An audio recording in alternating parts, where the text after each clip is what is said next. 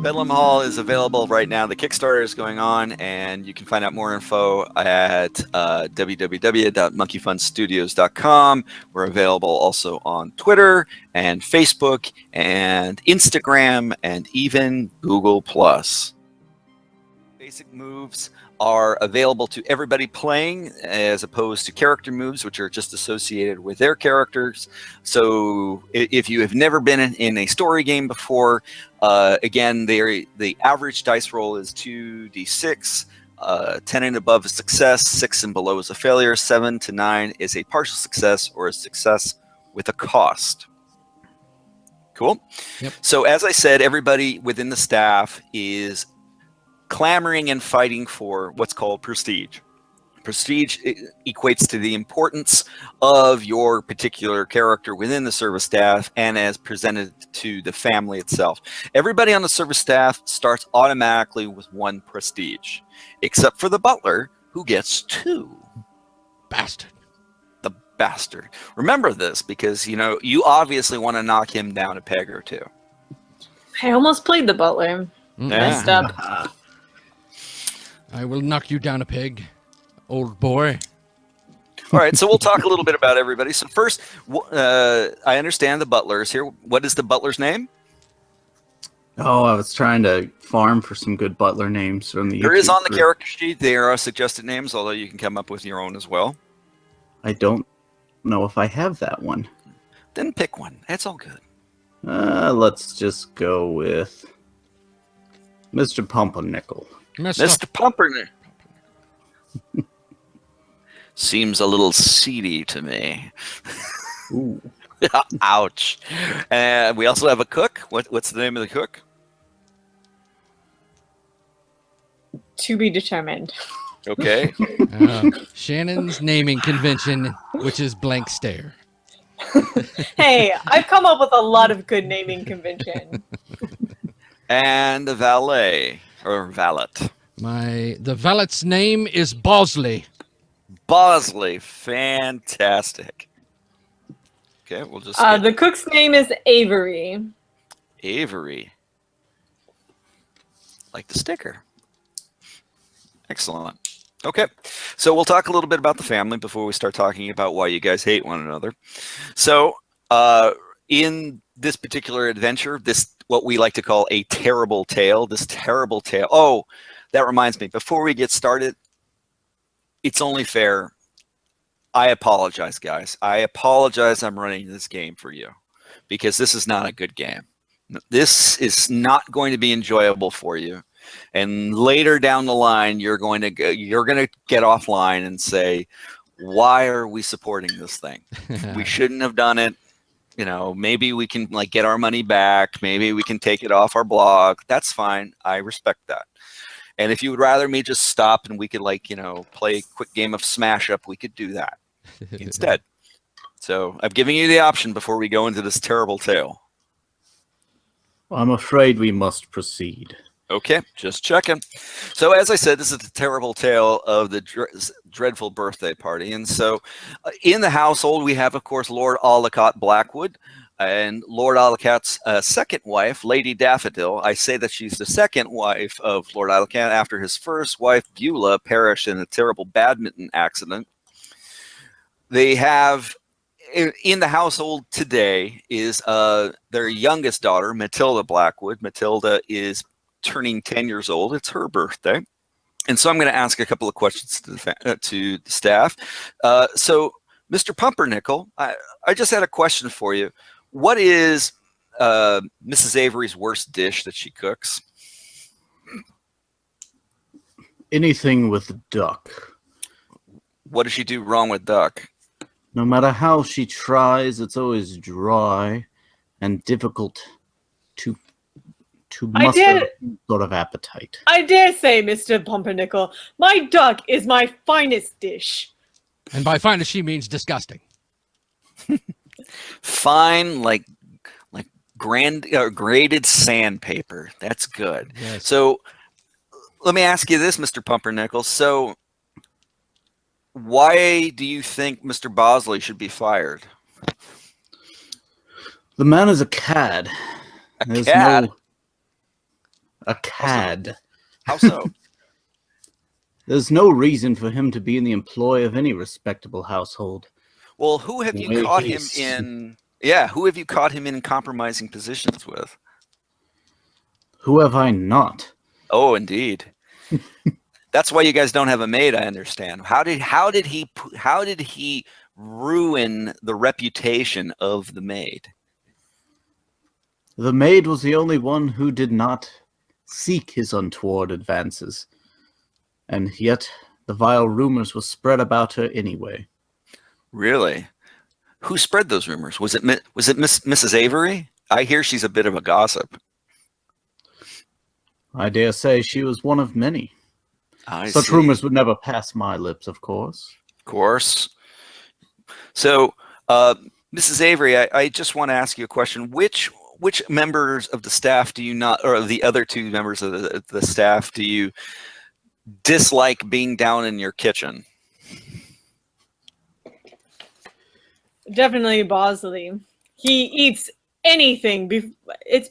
It's not even finished yet, and he'll be eating cold soup or uncooked something or another. Uncooked something or another. That's my specialty, something or another. That's good, actually. You know, it's made with aspic. Fantastic. So my other question, of course, is also, or for Mr. Bosley. Mr. Bosley, whom do you think is of the other two staff members is having well, let's face facts, an affair with one of the family members, which is totally inappropriate, of course. Yes. Well, it was of course Mrs. Avery, and it is rumored that is why poor Beulah is no longer with us. Really? How did she? Was she playing badminton with Lady Beulah? Yes, playing badminton is the euphemism at which we term it. Yes, she was swatting the birdie. If you get my meaning. I gave her a heart attack. Well, starting real early with this one. Excellent. It doesn't take. So let's. I need to erase my note where I was having an affair with the Lord. Yeah. You could have had an affair with both of them. That's perfectly fine. Yes, Mrs. Avery has an insatiable appetite, if you know what I mean. Say, for the shuttlecock, I'm being told from the chat room. That's great. Her spotted dick is something to behold. Whoa! Hey! It's a dessert. It's a dessert. Sure. So, I as I was saying, we'll just kind of get started, very quickly. Tonight, as I said, this afternoon is a birthday party for the youngest Blackwood daughter, Matilda.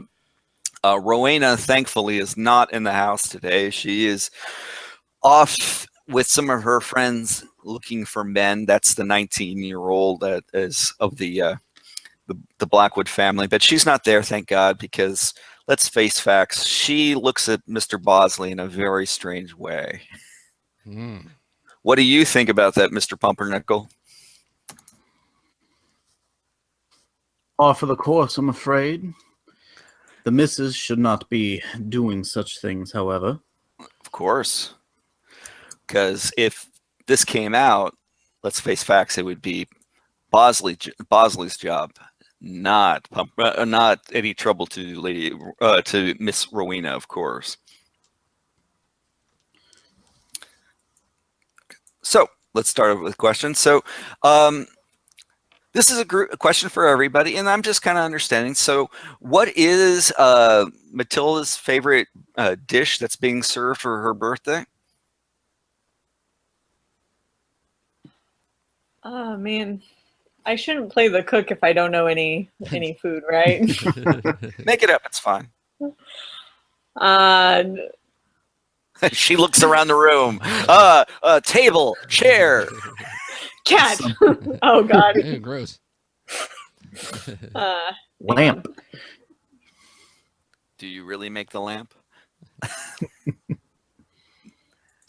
It's actually a huge birthday cake shaped like a lamp because Matilda has an affinity for lamps.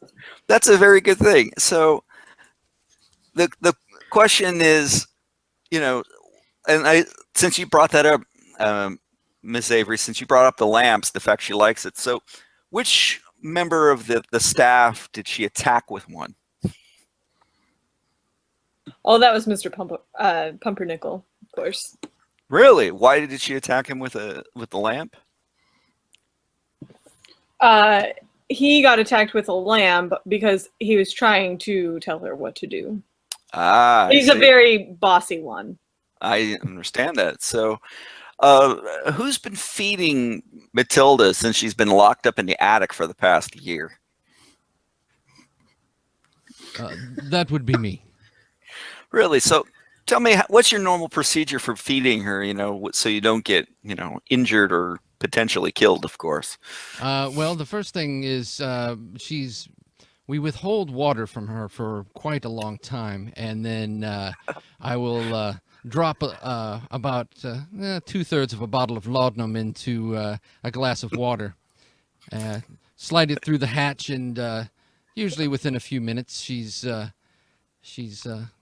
calm and ready to be fed. So you dope her. Of course. That's the way you handle children. Yes. I'm glad to know that. Okay, yes. Not a problem. Warm. Every good mother knows that warm laudanum is the way to get past a colicky child. So, would you say that Mr. Bosley, you spend the most time with Matilda, even though she's usually drugged when you do? I would say so. The Mr. His lordship doesn't like to have too many hangers on or staff interact with Matilda. She's much too volatile when it comes to strangers and people that she does not trust.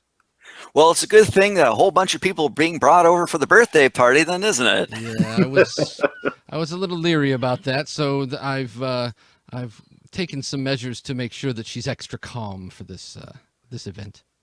Really? What measures are you taking? We are, laudanum, lots of laudanum. Yes, well, I kept her up for the last 3 days with about 4 grams of cocaine, and now she's in the laudanum stage. So, if I have to, I could revert to something a little bit more extreme. That's good because, you know, cocaine actually is really good for the teeth, I'm told. Mm. Yeah. Yes. Okay. So, just to kind of let you guys know who has been invited over for the birthday party, her 8-year-old cousin, Renful Mortalby, will be coming over. You know him. He's the sickly one that always looks a little bit creepy. He's the one with the pale skin and a really blonde hair. And his mother, of course, Winifred Mortalby, who is the sister of Lady Daffodil. Let me talk to Mr. Pumpernickel. So, you know that since Winifred's husband died 5 years ago, she's a little, well, how would you describe her? Well, she tends to be morose unless she's in the drink. And then she's quite lively, almost too much so. And who has she made a pass at when she's in the drink, as you say? Oh, well, she tends to have a specific fondness for myself, it seems. I do share some of the features of her late husband. We both have very stern mustaches. She seems to enjoy that in an individual. Stern mustache. Well, what lady wouldn't? Okay, just checking. So we will. That's bizarre. All right, and of course, Lord Blackwood, in order to make sure that she has a more than just one young child with her, has invited Angus Bitterwit from the local village. Angus is the son of the one of the delivery people, doesn't really know Matilda, but he's being brought in anyway. You kind of Lord Blackwood thought it'd be a brilliant idea to bring one of the kids in. So you guys are a little bit suspicious about Angus, but you know the Lord wants this, so you're going to allow that to happen, of course. So and theoretically, you're not 100% sure, but the good Reverend Tuckett may come in as well. You know, Reverend Tuckett's also been very morose lately, so not 100% sure if he'll show, but, you know, at least he'll round out the numbers, as they say. Okay, so we'll start off with our valet, Mr. Bosley. So, Mr. Bosley, Yes. so Lord Blackwood, of course, is in his library reading up. He's been absolutely excited about this brand new hobby of his. He's always been a little bit kind of interested in spiritualism, but right now he's really intrigued about being able to potentially be a leading expert on the occult. He thinks he is anyway. So why did he call you into the library specifically? To fetch a book that he had asked a friend if he could borrow. So he sent me on the errand of going and retrieving this book from the friend's house. Mr. Pumpernickel, what was the name of that book? The book that Bosley was to retrieve? Yes. I suppose it would be Dark Deeds Through the Dark Ages. Dark Deeds Through the Dark Ages. And why were you a little bit hesitant for him to bring the book back? Well, whenever the Lordship finds himself within a new spiritual hobby, he is want to bring many books that have had somewhat disastrous effects on the family. Indeed. Oftentimes they bring spiritual essences of their own. Okay.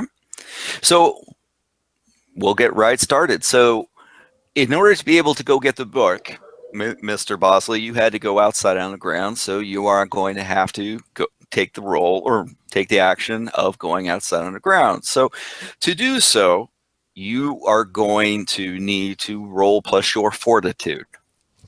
Okay. So, and that is 1 dice plus fortitude, or 2 dice, 2d6. 2d6 plus fortitude. Mm-hmm. That is a 5. Plus your fortitude? Yeah, my fortitude's 0. Oh, there you go. Okay. Yes, I'm a little sickly. I don't go outside much. Okay. So,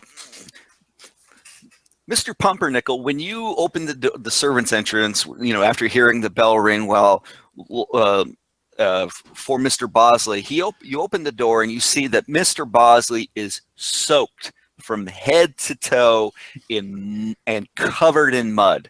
Apparently, he fell in a ditch at some point, and he has absolutely decimated this book, The Dark Deeds Through the Ages. And by the way, the servants' quarters is right by the kitchen. So, Mrs. Avery, you can see that Mr. Bosley is in quite the state. Mr. Bosley. I say not a word. I poke my head out the door. Why, it's sunny and blue-skied as could be.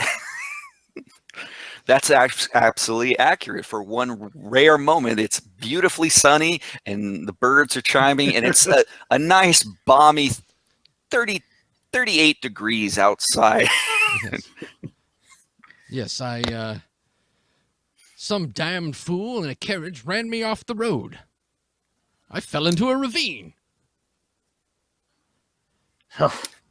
I believe it might have been that delivery boy. One cannot say enough cruel things about that foul wretch. I suppose the product you were to receive is in good condition? Well, I wouldn't say it's in good condition, and I just dropped the soggy manuscript on it, like burst into pieces on the floor. squishes. It makes that soggy, wet bread sound when it hits the ground, and it slowly seeps out like muddy water from the sides of it, all over your kitchen, all leading towards the kitchen floor, Mrs. Avery. How dare you get that this close to the kitchen? Take it to the library where it belongs. And the water is just slowly seeping around on its own accord, slowly moving around through the kitchen. I'm Okay. going to summon my assistant, Jenkins. Jenkins, clean that up now. Okay. So Jenkins comes out, and Jenkins, nobody thinks Jenkins is at all well. Jenkins definitely, he's not very smart, and he definitely seems, a little, he has a bit of a odor to him, that doesn't smell quite fresh. So he is looking down at the floor, and he's slowly wiping it up with the forearm of his sleeve, to be able to try to dry up the mud. No, Jenkins, you're going to get that on the food. You better change after you clean that up. He looks around. Into Well, what, Ausley, miss? Something that's not dirty. All right. We can't have this muck getting in my quail with truffles or my Nestle Road pudding. I did Woo! research. Someone Google.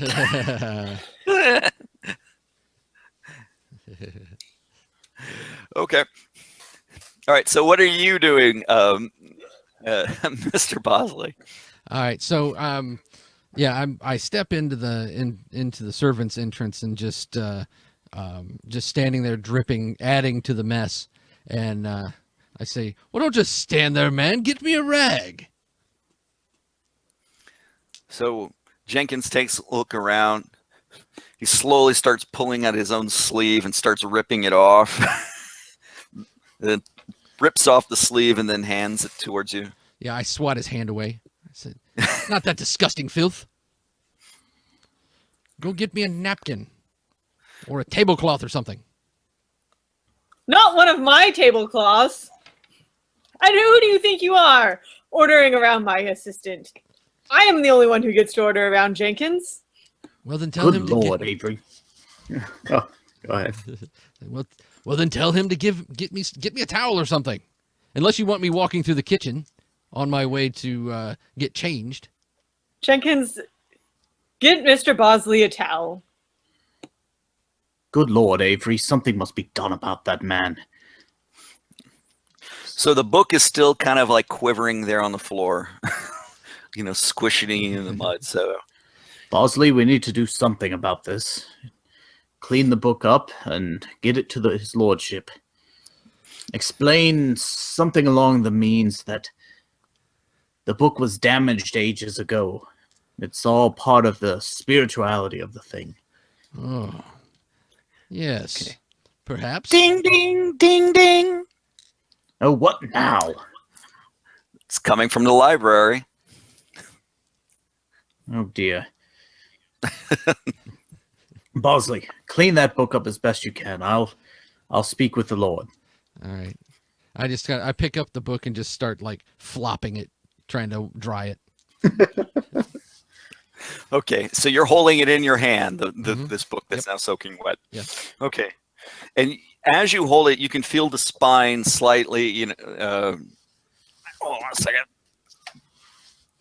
Slightly, breathing as it's moving up and down in your hands as you are trying to wipe off the muck and the dirt and the water. Okay. And then is Avery still not Avery, is Jenkins still standing there? Oh no, he's looking around trying to find you a towel. So he's going over to the oven. He's pulling out one of the kitchen towels. So this being a good proper English kitchen, there are two towels available. One that's dry and then one that's wet that's drying, that's been used. So he grabs the dry one and brings it over to you. Jenkins, not that one. All right, now he puts it back and then he goes over and gets the wet one and he starts walking it over. And I look at him and I go, "What am I supposed to do with a wet towel?" And he starts doing this, wiping it off on you, wiping off your face with the wet towel. I snatch it from him. Give me that. Ding, ding, ding, ding. Okay. So Mr. Pumpernickel was on his way to answer the Lord's call. okay. All right. So you're going up to the library. Yes. Okay. All right. So in the middle of the library, okay. So you're going up through to the servants' stairwell, through the dining room. There's the main hall. The main hall, of course, has all the portraits, and it's like up to the second floor, so you can see the second floor where all the bedrooms are, and the main chandelier. All the portraits are there in the main hall. All of them, as you know, are the family members of the generations, the Blackwoods throughout the years, and every single one of them just kind of stare at you as you walk by. Okay, and you're going into the library that's over next to the conservatory, and as you go into the library, you open the door and you can see that Lord Blackwood has set up an entire bookcase or all the books from a bookcase onto the floor, and he's sending it up into this gigantic pentagram right there on the floor. And he looks over and goes, "Pumpernickel, so glad to see you here. I am looking for my centerpiece. Has Ausley arrived?" Oh, not yet, your lordship. I believe I saw him coming up the way, though. My God, what does it take him? It was only about 15, 20 miles. That's not too far to walk at all. Perhaps he had a run-in with that wretched delivery boy. Oh, the delivery boy. What does he bring? What contraption and concoction is Avery planning for this silly party thing? Doesn't she know this is going to interfere with my studies and work? Why, I believe Miss Avery has a number of palatable dishes prepared for this evening. God, she's not making duck, is she? No, heavens, no. We have rules about the duck, sir. We have rules. Although I did hear she might be considering quail this evening, sir. Dear God, how will she ruin that? One can only guess. Well, I need my center book, Pumpernickel. See what you can do about it. If I do not have my book, then heads will roll, I say. Heads will roll. Absolutely, sir. As soon as Bosley delivers it, it will be within your hands. What time is it anyway, sir? Oh, has anybody fed Matilda? Why, I believe Bosley had done that just this morning. Gotten her prepared for her lovely birthday today, sir. Did he give her the laudanum? We are amply supplied, and I was assured he did so. We can't the man have her does know attack what anyone. he's doing. We cannot have her attack anyone, especially with the Reverend Tuckett coming over. Absolutely. The only lamp within her reach shall be the cake that Miss Avery is decorating. Pumpernickel, do you think it was a good idea to have electricity brought into the household? Electricity, sir? I feel it staring at us. Well, if it is your prerogative to remove electricity, we shall do so with haste. Good clean gas. That's what we need. Things that are much more safe. I couldn't agree more, sir. Whatever your wishes, I will see it done. All right. So the front door bell was ringing. What do you do? And who is doing what is my question. I'm going to use this time I take the towel and I just step into a changing room. I'm just going to change my clothes and just get as presentable as possible, even though the book is still wet, and then head towards the study. Okay. So as you do that, let's switch over to let's switch over to the kitchen for just a moment. So, Avery, what are you currently doing at this time? Well, obviously, the quail of truffles is already in, so I'm working on the Nestle Road pudding. Okay. And, of course, the cake. Of course. So, as you're setting it up, you're hearing, okay, so doing any type of cake is a very difficult, time-concentrated effort. And as you do this, as you're slowing in, you hear, coming from the back,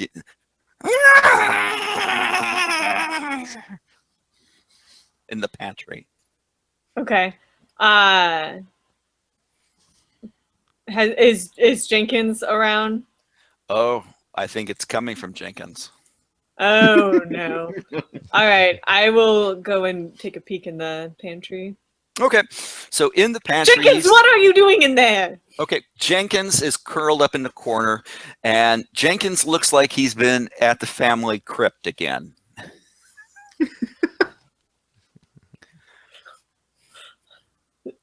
What does that look like exactly, David? Oh, my goodness. Jenkins, stop that. We discussed this. Put it down. Throws it down. Not until after dark and everyone's left. We discussed this. We discussed this.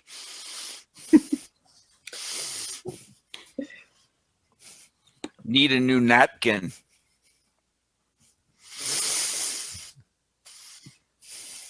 We'll find one for you.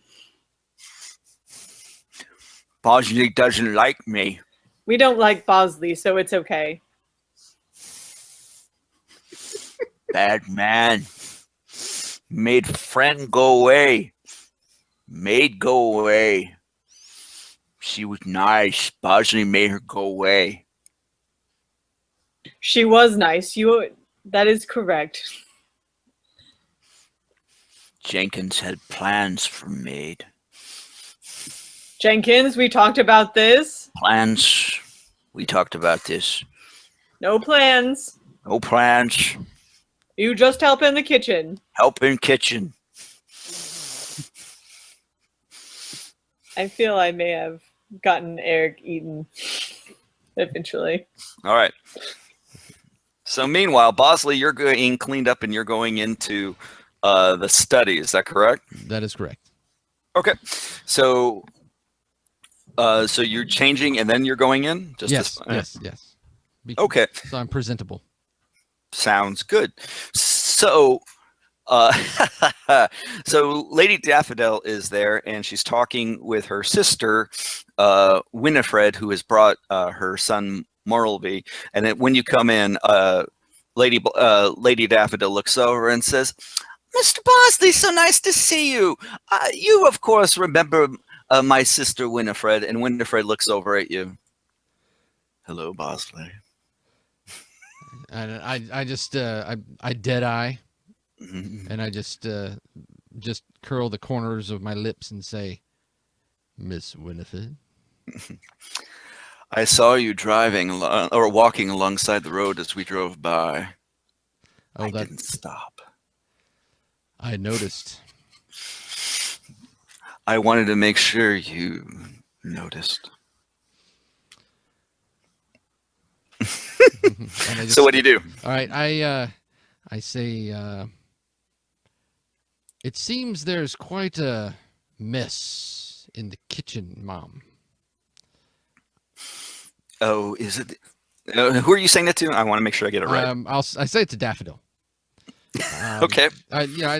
She's Winifred's like all up on me, talking to me, and I'm just like deadpan looking, like not really looking at her. And then I say to Winifred, or to Daffodil, I say, there seems to be quite a mess in the kitchen, Mom.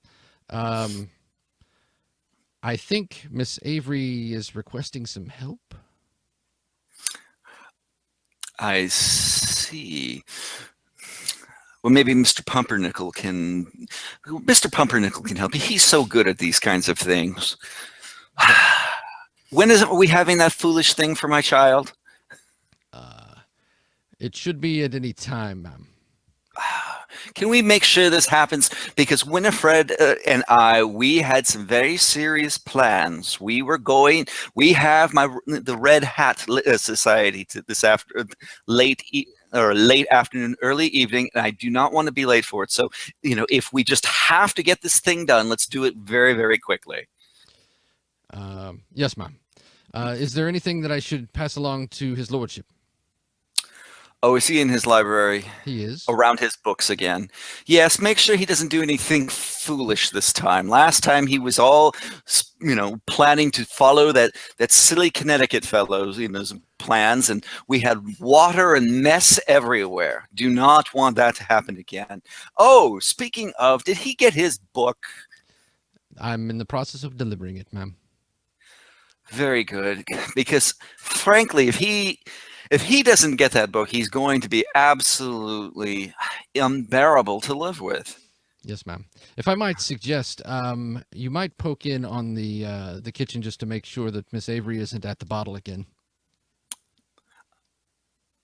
Okay, so you are guiding her direction to basically go in and or let me rephrase that. How do you want that to particularly play out? Do you want her to go down seeking the bottle, or you just want her to go in there and kind of it's a suggestion, just kind of like spot inspection. Hey, what how are things going down here? Because it's taking an awful long time to get things set up.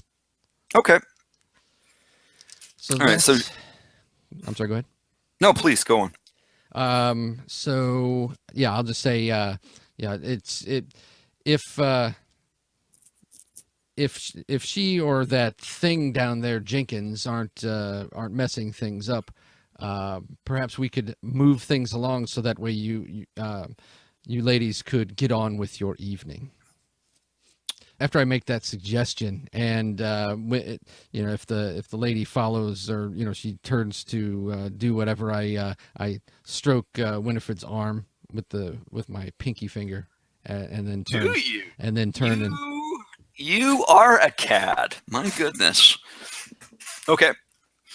So, what are you doing, Mr. Pumpernickel? Well, I was just speaking with his lordship, and if he's done with me, I am going to seek out Bosley and find that damnable book.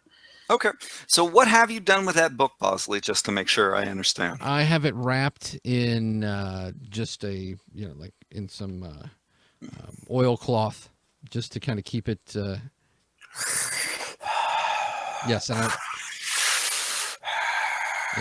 I'm like holding it kind of close, almost like trying to keep it as quiet as possible.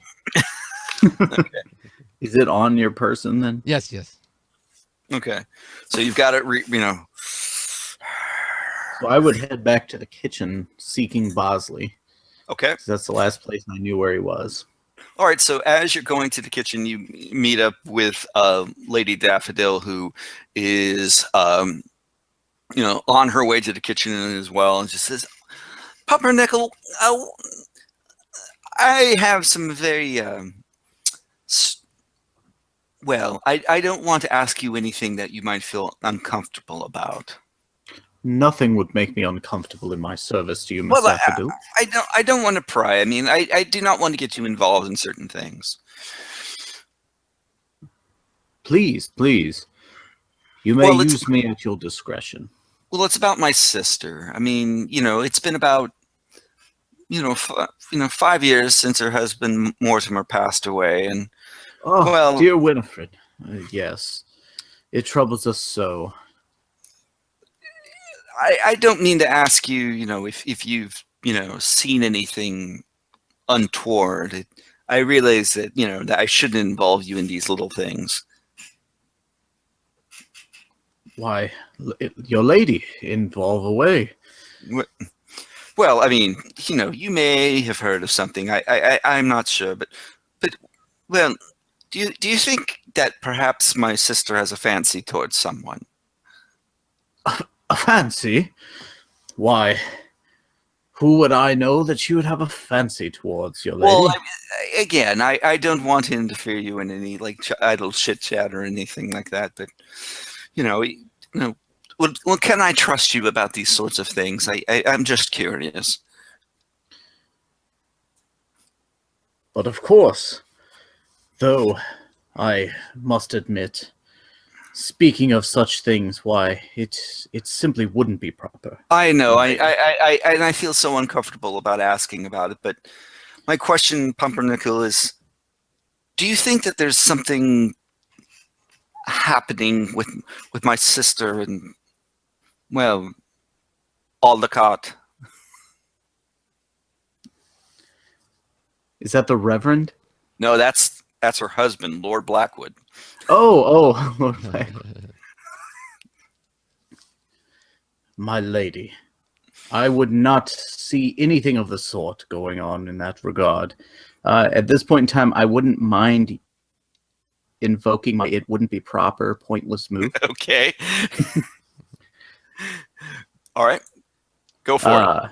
To attempt to roll etiquette to steer her away from this line of thought. Okay. You're guiding her direction specifically, by the way. Okay. So that means that I would just make a roll with 2d6 and use my etiquette of 2 as opposed to my persuasion of 1. Yes. Okay.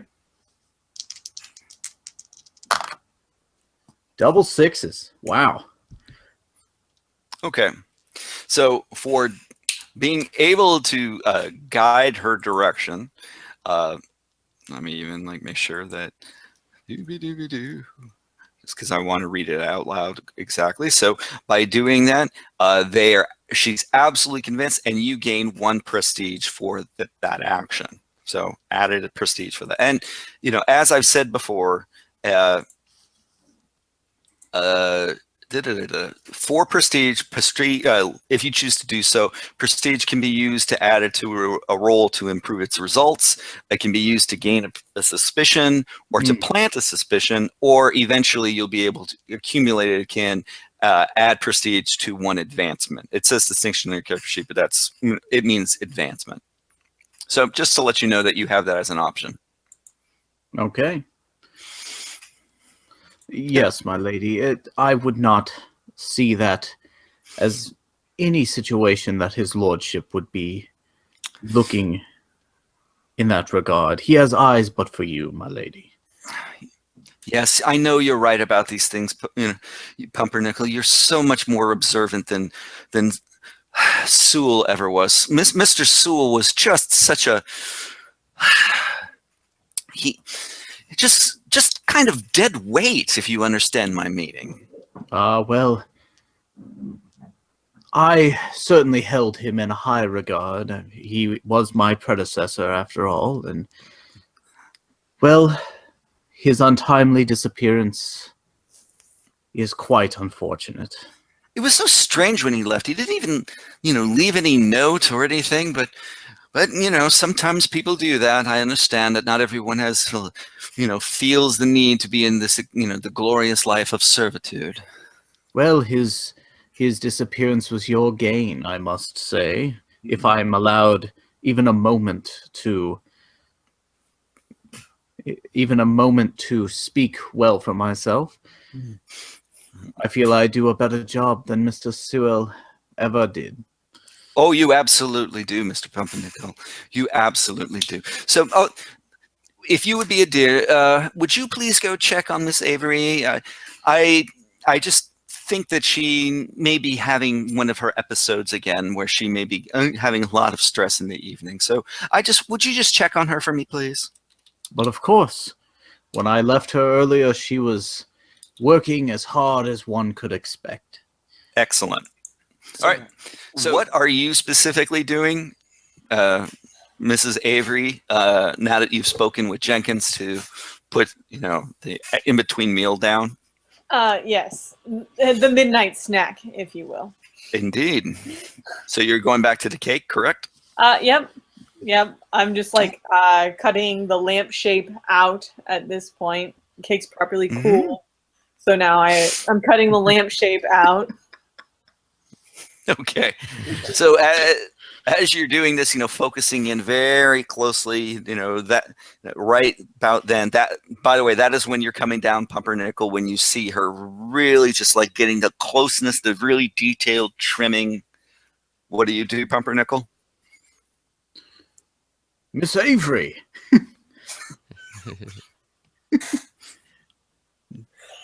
What? It's ruined! Why? Whatever do you mean, milady? How could you do this? I just dear. cut the cake, now it's half a lamp. Well, okay. Oh dear. So- With the bottom of that cake split down the middle like that, it almost looks like a woman in skirts rather than a lamp. My. It is quite an attractive cake. I don't think this will do for Miss Matilda, though. Not at all. No, absolutely. You should take better care, Miss Avery. Yes, of course, Mr. Pumpernickel. Now, where is that Bosley character? He went that way. Could you be more precise? He left the kitchen. You should follow. Damnation, what bell rang? Where did he go? I don't know that I saw where Bosley went. Because I went to the kitchen and he was in the other room. Very well, I'll find him. As soon as I get rid of Mr. Pumpernickel, I'm going to start hitting the bottle, since apparently that's what my character likes to do. Because I'm so upset about this freaking cake. Getting deep into the cooking, Sherry. Yeah. So I was just trying to shoo him off. So you're just pushing him off. So, okay. So are you allowing her to shush you off, or are you going to make her have to actually take an action to stop, or to push you from doing so? I need to find Bosley, and she's being no help. No, she's not. Typical, isn't it? And here I spoke highly of her in front of the lady. Yeah, I know. So after you leave, Jenkin turns and looks over at Avery. Do we like him? We're undecided about him. We definitely don't like Bosley, though.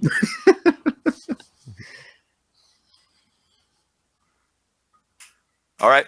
So where are you? So where are you, Mr. Bosley? I'll head to the library. Okay. Oh, are you? Okay, so you're going back into the library with No. Where the master is. Oh, I'm sorry. Not the library. Okay. Yeah. So you can see again the circle of books have been laid out by a pyramid, and Lord Blackwood has taken off his shirt. Lord Blackwood has taken off his shirt, and he's looking over, and he's hunched over the books and going, Bosley, where is my book? Right here, my lord. I just hand him the oilcloth, and I unwrap it and present it to him. Dear God, man, what has happened to this? My lord? All right, and he shakes it, and water spills out of it when he does it. Can't you tell there's a problem? All right, I look at him and go, it came as is, my lord. I fail to believe that that Mr. Haddo would treat any of my books like this. What did you do? I delivered it as ordered, sir. Should I return the cloth, or should I wait for leave it here? Damn the cloth, sir! It's cloth.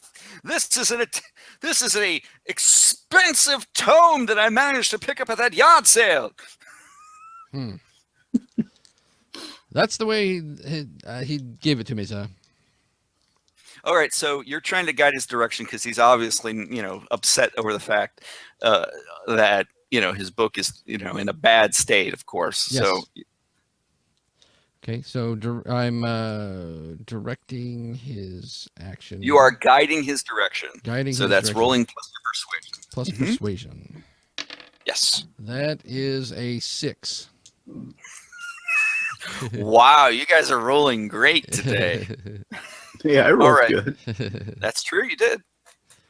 Ausley, I am not happy about this. All right, Not happy. And as he shakes it, the water is like splashing all over you again, right? Smash, splash, splash all over your face and Right. going down your white shirt, making you a mess again. Okay. All right. Ausley, I'm not happy about this at all. And I say, yes, my lord. Say, it is my fault. Please do not take it out on poor Jenkins. On Jenkins? Yeah. You're turning this over to Jenkins? This is perfect. That's fine.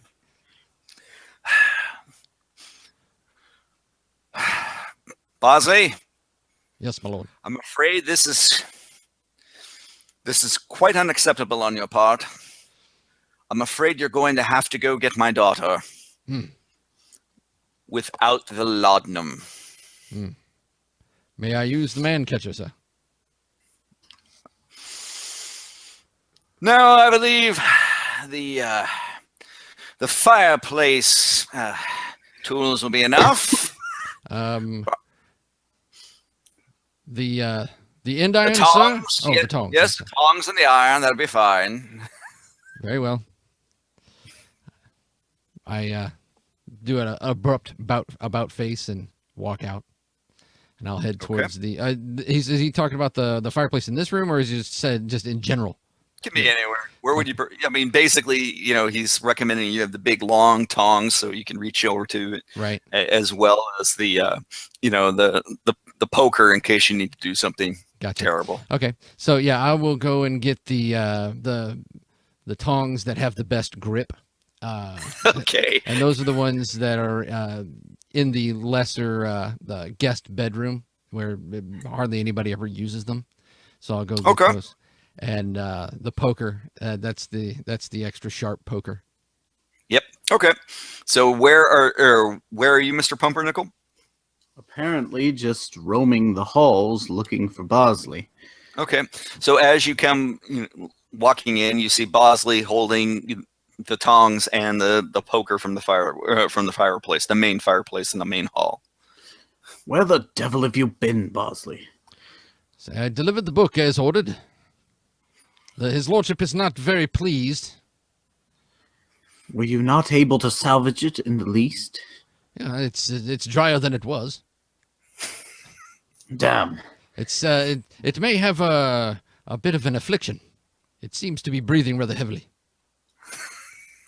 Well, it would be unduly of us to question his lordship's manuscripts. I would probably suggest turning up the heat in the library, though, because his lordship has taken off his shirt, and if we don't warm up the room, I'm afraid that book may catch pneumonia.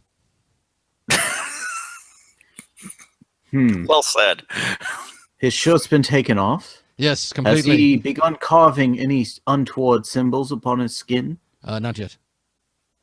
Well, but he that is one small mercy.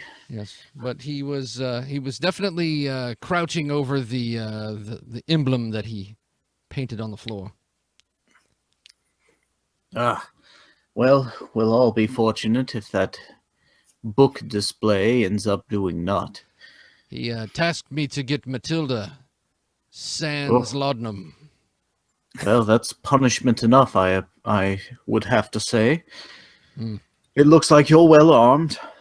Yes, I was considering perhaps going out and getting one of the thicker jackets. Yeah, just in case she gets past my defenses.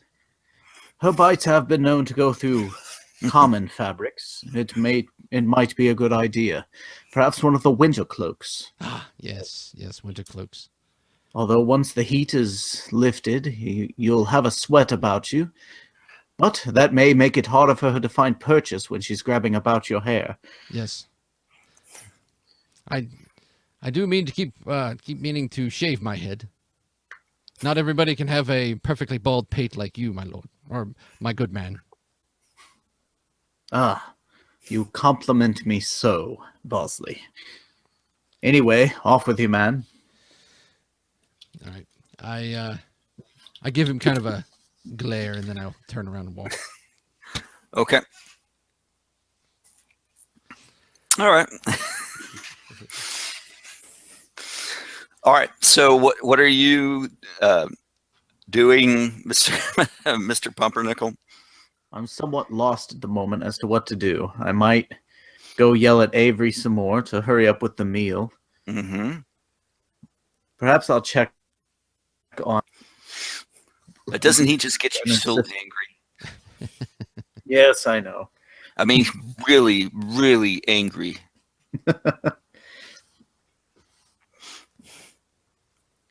I mean, you just get so angry with Pumpernickel. I mean, with Bosley, don't you? That I do. That I do. Shave his head. Oh. You have just the thing for that.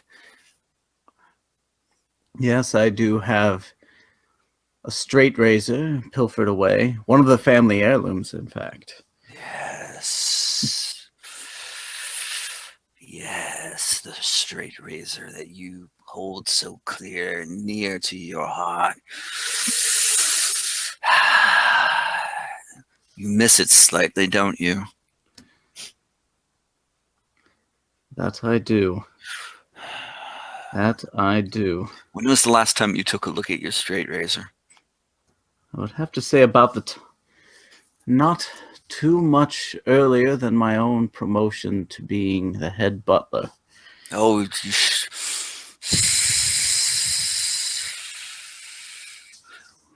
yes. Do you think it misses you? I'm sure it does. That would be improper of me. Of course, you wouldn't want to do anything improper. No, no. But he gets you just so angry, like like Sewell, like Mr. Sewell used to get you angry. Well, Mr. Sewell didn't know how to run a proper establishment. No, and neither does Ausley, that. does he? He's gunning. But luckily, you're beyond that now. Luckily, you're beyond that now. Indeed. Just calm down. Get together. It's all right. Meanwhile, Mrs. Avery, how's it going on in the kitchen? It is terrible. It's ruined. Everything is ruined. This cake is ruined. Ugh. I ran out of cooking sherry. Uh-huh. I don't have anything else to make this cake a cake that's a lamp. Okay. One that's, proper for you, of course. Up to your high standards. So I'm just going to get a regular lamp and put some frosting on it. Sounds good. So naturally, okay, so in the larder, there's been a lamp that you've been, tucked away for just such an occasion because you knew that at some point you were going to need to use this lamp, to try to better your station, as well as the fact you wanted to keep it away from Matilda just in case, right? Right. So you just happen to have in your pantry, a large lamp that's perfect for you to just start frosting. Yeah. Perfect. Okay. I saved it. You did. You knew what you needed at that time. Yep. Fantastic. I also need another drink. Of course you do. Now you're running out of the cooking sherry, though. That's not available. But I think I'm gonna get into. Yeah. No. I think I'm going to get into. I know. Ali. That's what I call him. I know he has another store of alcohol. He does. Down here. I could just nip something from down there. Absolutely, in the butler's pantry, which is where it would be kept. And let's face facts, what Mr. Pumpernickel doesn't know won't hurt him at all. Exactly. Fine. And if it's, I mean, that's fine. So what are you going to do? I'm gonna sneak off into the butler's pantry to get that, extra little something, something. That's right. The hair of the dog that bit you. The dog that is Fantastic. currently biting me. Okay. So you go you go over to the pantry, and the pantry's there, and so for whatever reason, Sewell forgot to, or I'm sorry, Mr. Pumpernickel forgot to lock it, because he does that. So you go in, and of course, for your own benefit, just so you know, so the butler's pantry is also where they keep the silverware. It's where they keep some of the finer liquor, in a normal English home, as well as the fact that it also has a desk there that's available for the butler to be able to take notes and what have you, and do business for the overall household. And there's this large suitcase.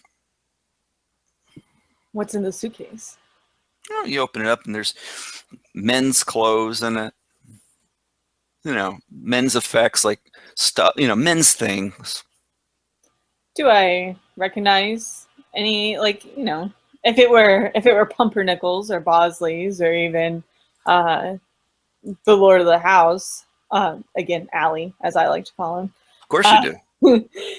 I would recognize those because I see all of them frequently enough. Yes, you do. So this specifically is, checking to see everything in its place, because it's like, whose clothes are these? Yep. Mm-hmm. Go for it. What do you do? You would be rolling your etiquette. Okay. I was like, which one do I roll? Specifically what you're doing, this is basically you're checking to see what exactly this is, and just check out the everything in its. I was looking for something that said checking, not everything in its place. No problem. So I got a 9. Okay, so almost did really well. That's but fine. I did So not bad. ask your question about this particular thing. You may ask one question about, what you're seeing in here. Whose clothes are these? Well, for whatever reason, these clothes have a monogram of the letter S on the handkerchiefs. Oh, all right. So I'm gonna take I'm just gonna, make an assumption about this, and then I'm going to grab a fresh shirt for young Jenkins. Okay, from where specifically? From the suitcase itself? From the suitcase. Okay. I have a suspicion that nobody's going to be missing it. Nah, not a bit. It's fine. And then I'm gonna close the suitcase up. Okay, so you've taken the shirt. And the booze. And the booze. Okay, not a problem. What do you do? I'm going to go back to the kitchen. Okay. And I'm going to give Jenkins the shirt. I'm going to say, Jenkins, you've done so well today. Here's a fresh shirt.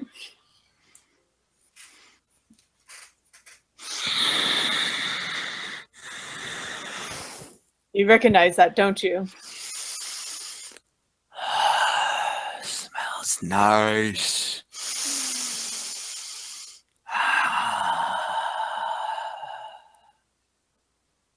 Okay, so what do you do? Oh, all right. So I rewarded Jenkins. So I'm just gonna pour the alcohol that I grabbed into the cooking sherry bottle. Mm-hmm. And then I'm going to dispose of the other bottle, the original bottle. Just for a giggle. Okay. Not a problem. Okay. So let's go back up to the charming situation that Bosley's in.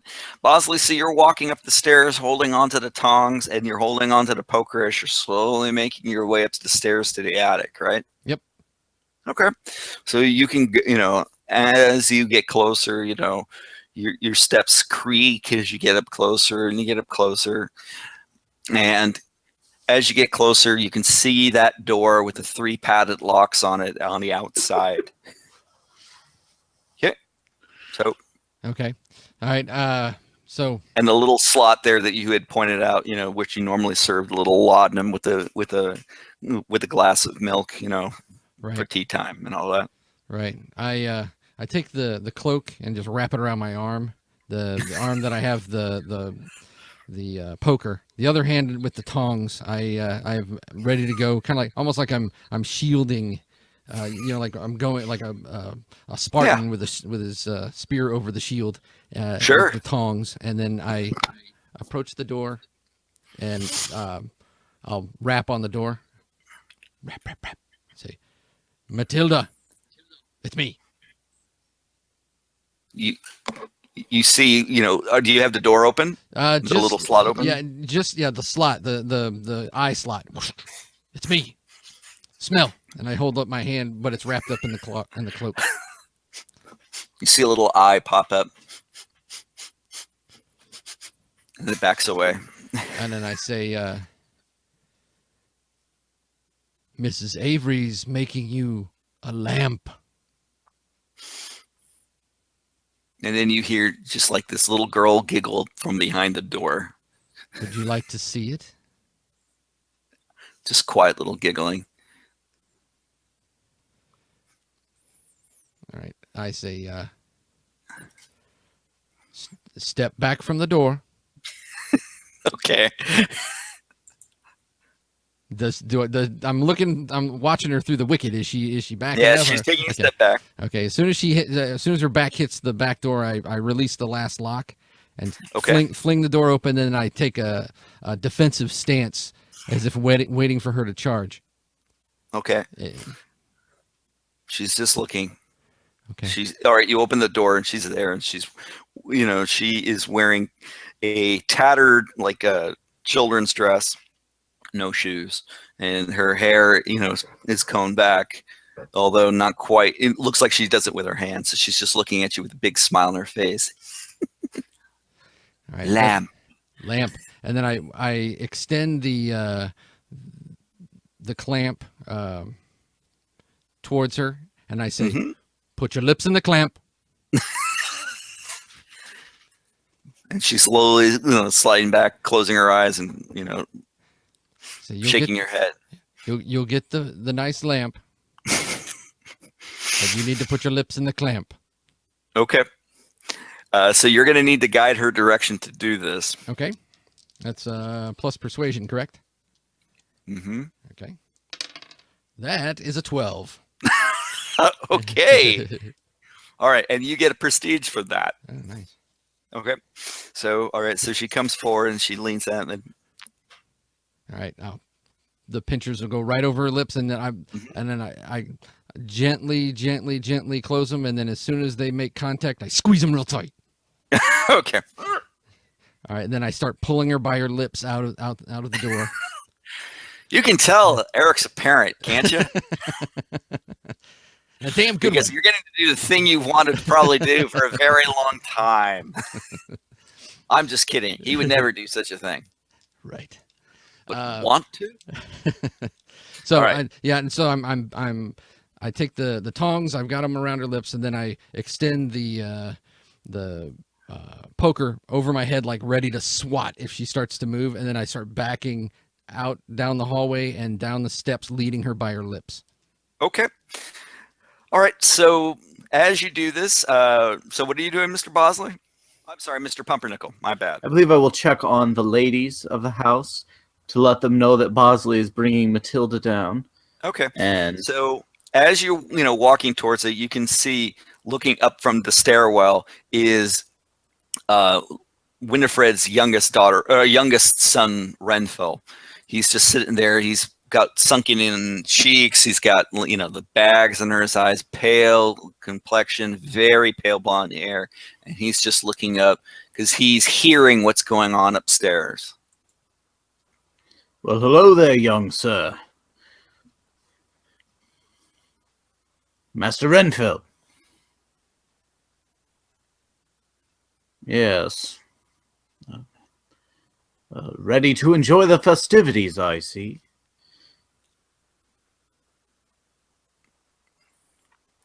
Anyhow, I suppose I'll be off. Speak to your mother. And he keeps acting like he's wanting to say something, but... What's that, dear boy? That's right. I kind of lean in close.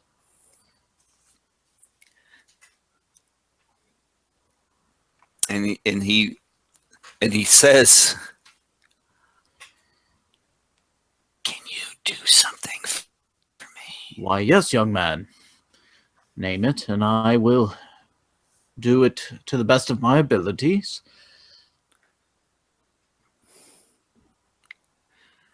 May I light the candles? What candles would that be, dear boy? Birthday candles. Ah, of course. Of course you may.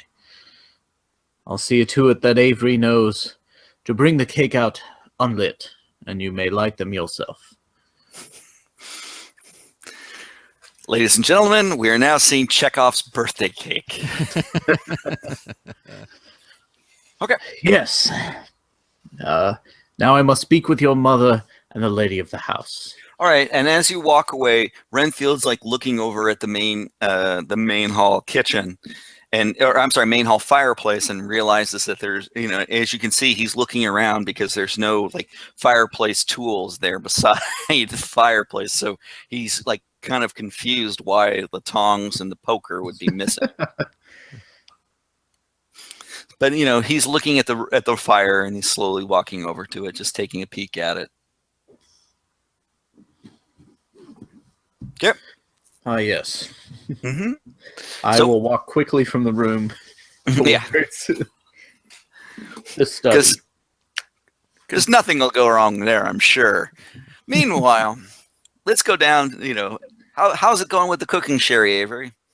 It's going really good, and let me tell you about this quail dish.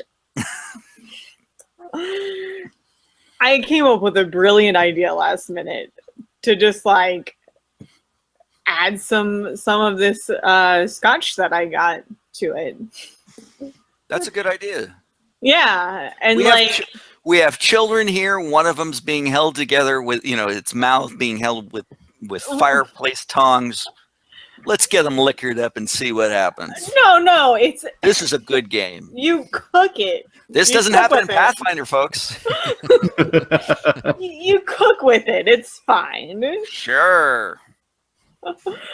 Yeah, that's it. That's all I got. All right. So while you're preparing that, Jenkins comes out. He's wearing the shirt. The shirt's a little too short for his arms, so it's like only coming up to about here. But but he's wearing it. He's very pleased to be wearing the new shirt. You look very nice, Jenkins. Thank you. That new shirt. Can I show people? Maybe it's best not to. When they come to the kitchen, you can. Okay, so you're now adding the brandy, I believe, that you pilfered from the butler's pantry to the quail. Yeah. I mean, a lot of people cook with like brandy, sure, or wine, or whatever. It makes perfect sense. Sure, it does. Not a problem. This will be great. It's going to be fantastic. Your best meal you've ever made.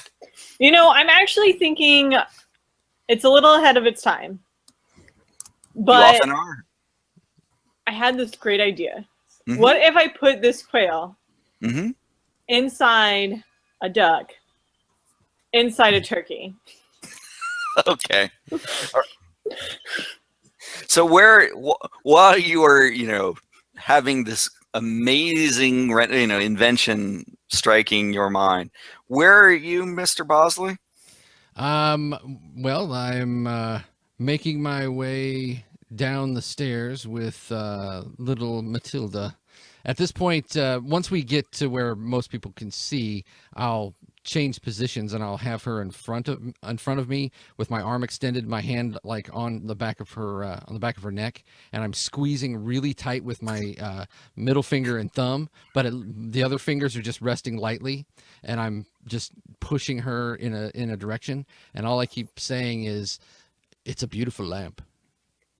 It's a beautiful lamp. Okay, that's fine. All right. And what are you doing, Mr. Pumpernickel?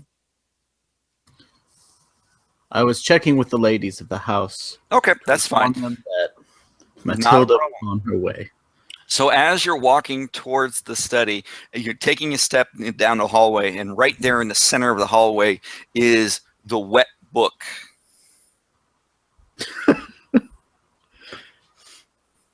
Just laying in the floor? Right in your path. Ah. It appears his lordship may have dropped something. Okay, so what do you do?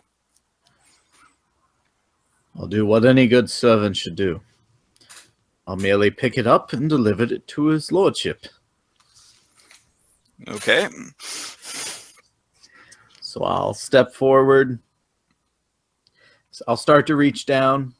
I'll pause, reach into my jacket, pull out a handkerchief, grab it by the spine with the handkerchief. Okay, so as you're reaching for, you're pulling out your hanky, you're reaching down for it, and as you, put your hand down, the book slides quickly into your hand. Ah, a well-behaved manuscript. Mm-hmm. Now let's get you to his master. So you're talking to the book. Yes, I'm talking to the book. It's not too uncommon in this household. Probably not. Okay, so you're holding the book, that's hopped into your hand. All right. Meanwhile, Bosley's slowly pulling down. Where are you taking Matilda? I am taking her to the parlor. Okay. Where the party is supposed to be happening. I'm going to take her to one of the dressing rooms off the parlor. Okay. Because I'm assuming she's supposed to get dressed up for this party. Yeah. So in order to do that, you take her through the main hall, and as I mentioned, of course, there is that fireplace that's going there with portraits all staring down, kind of scowling at everybody. And as you look over at the fireplace, you can see Matilda's cousin has, apparently the Mortalbys are here, and Renfield is looking at really, really close at the fireplace. All right. Just pointing that out, that he's like really close to the fireplace. Okay. Is it and it's lit? It's not a. Oh no, it's going. Okay. Is anybody? I'm watching him. Yeah. Is that why? Is he like getting closer and closer to it? Well, he's very, very close to it. Let me put it that way. Oh, okay. It's not. It would not be a surprise if an ember, popped, and then it fly towards you briefly for just a second. If you were that as close as he is. Okay. Not 100% safe, but hey, 10-year-old, what do you care? Right. He's old enough to know better. He's got to learn somehow. Or as I go, we walk past as he's standing there, and I as he's starting to lean in, I just kind of, as we pass by, I just kind of grab him by the back of his, like the collar of his shirt, and stepping back like 3 steps, like 1, 2, 3, and then I pat him on top of the head and keep going. Okay. Just checking. All right. So meanwhile, Avery, you're making your special little dish. Is that correct? Yes. I'm going to call it turduck quail. That's a good name. Yeah, I think I think it'll go far. Okay. So Jenkins is looking at the different types of meat. He's just looking at them, sniffing them really close. Jenkins? Do you want some?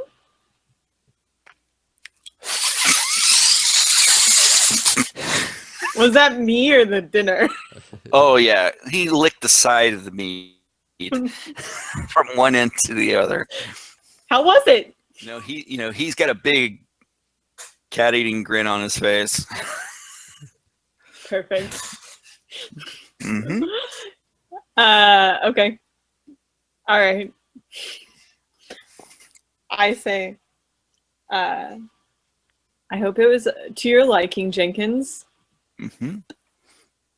All right, so what do you do now? I'm curious to know. Because this is about to get very strange. I'll give Jenkins. So at this point, the quail's actually cooked, but the turkey and the duck aren't. Which is why he liked licking it. Yeah. Because it was uncooked meat. Yeah. So I'm going to put that back in the oven after he's licked it. Sure. And I'm going to get a fresh one out of the fridge. Out of the icebox, sure. Because you have the move that's called hidden in the larder. Yep. And I'm going to give that to him to eat. He gets the non-licked one.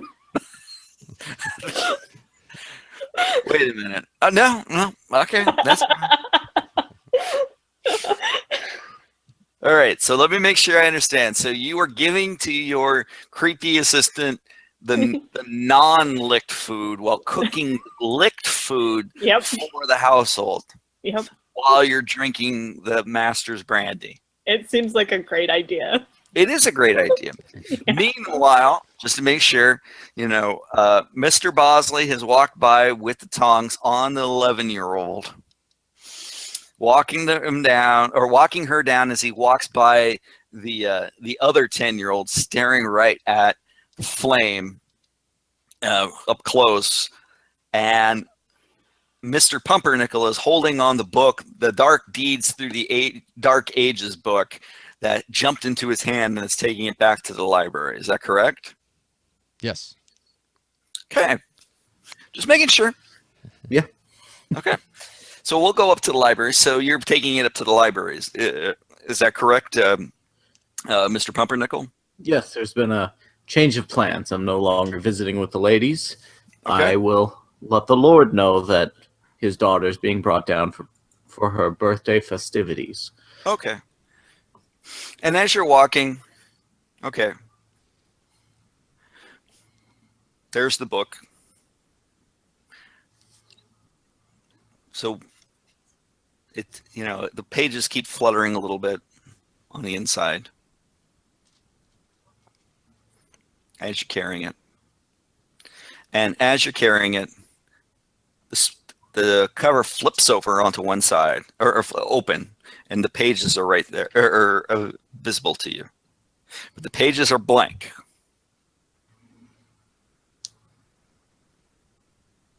Okay. What do you do? Well, I will try to close the book. Now, it's improper for you to be displaying any sort of untowardness towards me. I need to deliver you to the Lord. The book flies open again, and in the center in this book on the page, it says, just in type, it says, I know, actually, I will even just type it. Oh, do you now? Well then, I suppose I would be worried if anyone were to take stock in what a book says these days. So few people read nowadays. Pages are, kind of shivering a little bit. Now you behave. His lordship needs you for a very special occultic demonstration. You've no business in this hallway. You've no business toying with me. And now you've got me speaking to a book amidst an empty hallway. So you're to the library now. Okay. And doors closed. What do you do? I'll rap on the doorway. Okay. Lord Blackwood. Okay. Come enter. Swing the door open. Okay. So now Lord Blackwood is wearing less than he was before, and he's standing waving his hands up in the air, in front in the pentagram, and he says, there you are, Pumpernickel. And he turns around. Ooh. Indeed, He's facing you. Ooh. Sir, I believe you may have misplaced a certain article. Yes, I'll hold up the manuscript. Oh yes, I thought you were going to be speaking about my trousers. No, sir. That is your prerogative. Just place the book down. Indeed. So he's motioning to the center of the pentagram, that's been created by the books that he's laid on the floor. So using the handkerchief, I'll lay it in the center of the pentagram. Okay. I learned quite later that Mr. Bosley had quite the accident on his return trip with your item here. Whatever do you mean? Seems he fell into a ravine. A ravine? Indeed. Like a common ravine? Yes, tried to blame it on that dastardly delivery boy we spoke of earlier. Very unbecoming, sir. Very unbecoming.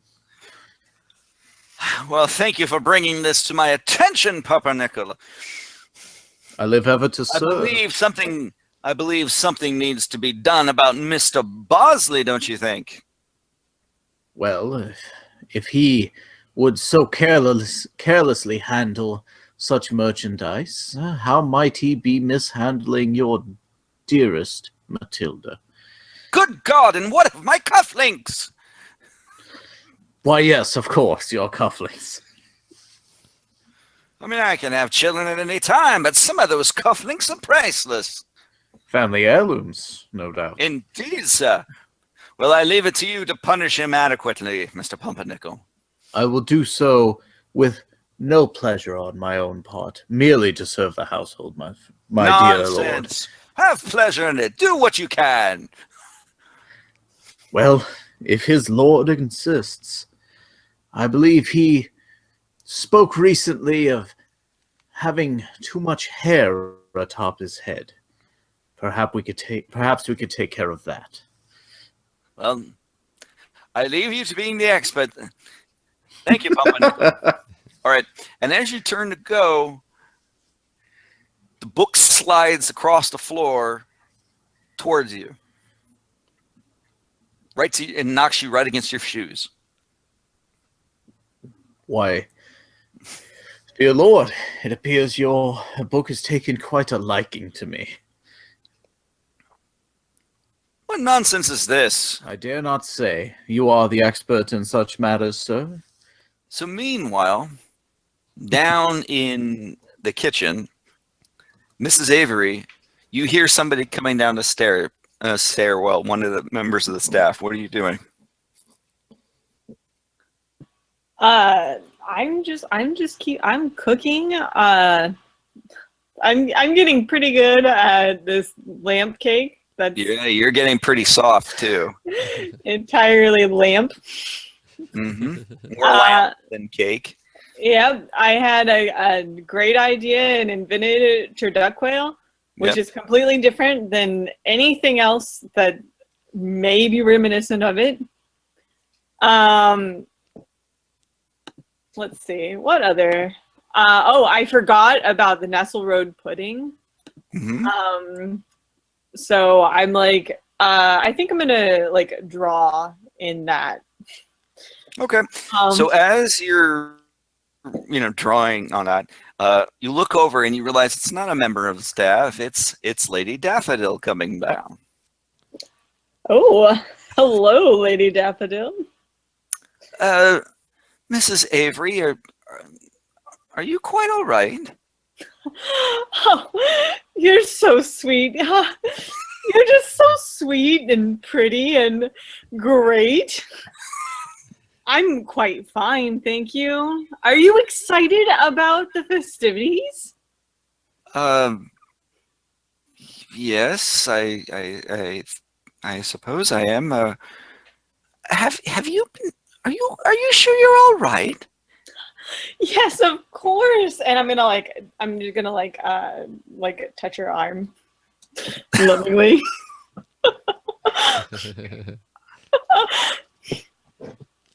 How are you touching her arm again? I just want to make sure I understand this. Well, it's already been established that Avery likes the Lord and his lady, both. Regardless of what lady. So yeah. Okay. I'm going to caress her arm. Well, all right. We're gonna go with that. Sure. All right. So, Lady Daffodil's just kind of, looking at you and looks over at Jenkins, who's just standing there, like that, just kind of staring that weird, Jenkins stare. And Jenkins is really putting kind of a damper in the mood, by the way, Mrs. Avery. Well, I don't notice. My inhibitions are lowered. That's fine. So let me get this right. So I want to make sure you are going to, Mrs. Avery the cook is going to make a drunken pass at Lady Daffodil. Listen, it'll be with her creepy assistant watching. Listen, it'll be subtle, obviously. I don't know if you know about drunk people flirting, but they're super, super subtle. So I suppose technically this is guiding her direction. So why don't you guide the direction of what you're trying to do here? A little to the left, a little to the left. This is plus your persuasion, so. All right, I got 9. I roll 9s like they're going on style. Okay, so so what is your suggestion that you're wanting to do? I don't even know. Oh, I think you do. I think you do know where you're going with this, but I want to see seeing how you want to say this. That's all. Well, that's what I don't know about. I'm going to try and get her to meet me somewhere after the food's been served. Somewhere private. She says, I'd be happy to meet you, Mrs. Avery, if you'd be willing to do something for me. Anything for you, Daffy. This is the least Shannon character I've ever played in my entire life. It's so embarrassing. She leans in and she whispers to you, what would it take to kill the family? All of them? Can you specialize? I'm not quite sure what you mean. Oh, I think you do. If we're going to run away together, we need to make sure they aren't going to be with us.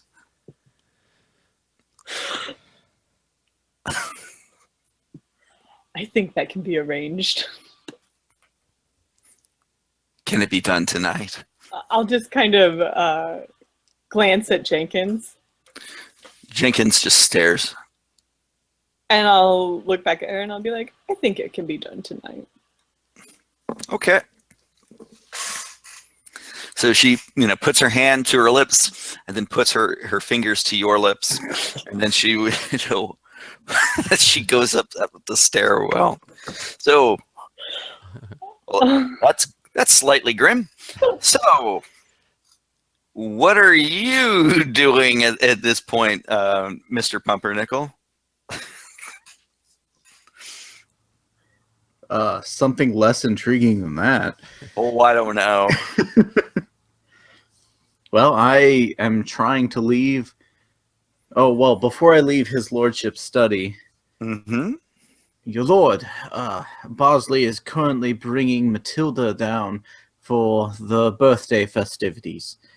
I know you're deep in work with your studies, but it would be proper to attend. Oh, I believe so. And so he pulls a red velvet robe that is hanging from a hook. All right. So what are you doing with the book? Hoping it leaves me alone at this point. I love how just get off, because it's just following you around the room, or just shaking your leg, going, "Fuck off!" All right, so If it will not leave me alone, Mhm. I'll make up some excuse to pick it up, like I'll have this cleaned further or something like that.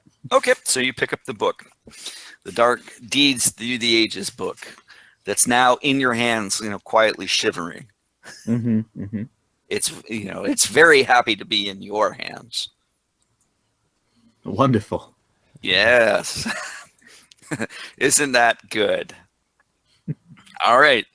So where are you taking? To the parlor. Of course. Where is the birthday party going to take place, by the way? You are the butler, so you're setting all of us up. I can only assume the festivities would begin in the parlor and then move to the dining room, where the birthday cake will be laid out to the entire gathering. And the meal, Okay. of course. So what are you doing with Matilda, Bosley? Well, at this point, I've got her barricaded into one of the side rooms. You've barricaded her in it. Yes, just off the parlor. It's just one of the side changing rooms. I've got her in there, and then I've closed the door, and then I've wedged a chair in the up against the door, so that way she can't get out. And Okay. I'm gonna try and find Mr. Pumpernickel. Okay, so you've barricaded her into one of the side rooms there, and you're walking from the main hall, and you can see that there is Renfill still sitting by the fireplace. Okay. And it looks like he's holding something in his hands. All right. I say, boy, if you step any closer to that fire, and we're gonna have to put you out.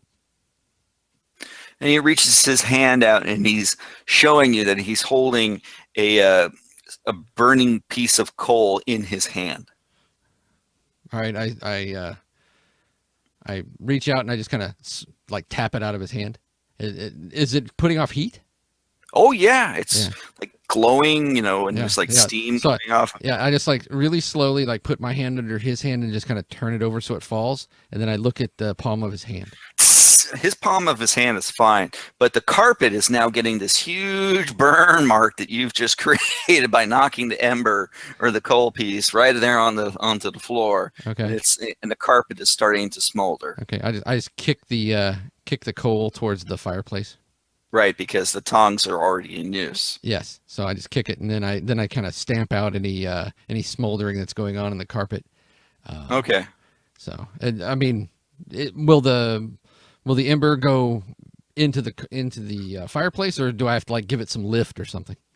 You can do a little Back in my old football days. Exactly, and then just kick it across. Right. So Right. so it doesn't mess up the shoes. Right. Exactly. All right.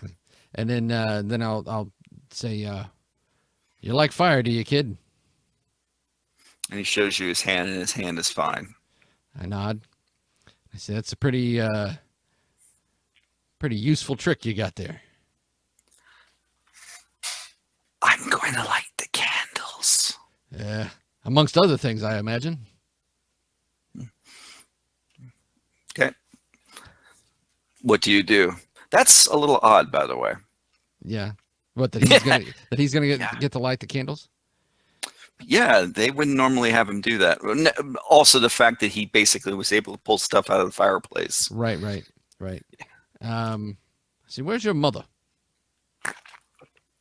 In the study. Oh, this is Winifred's son? Mm-hmm. All right. This is Renfall. Yeah. I'll say, let's go find your mother. I think she's probably worried sick.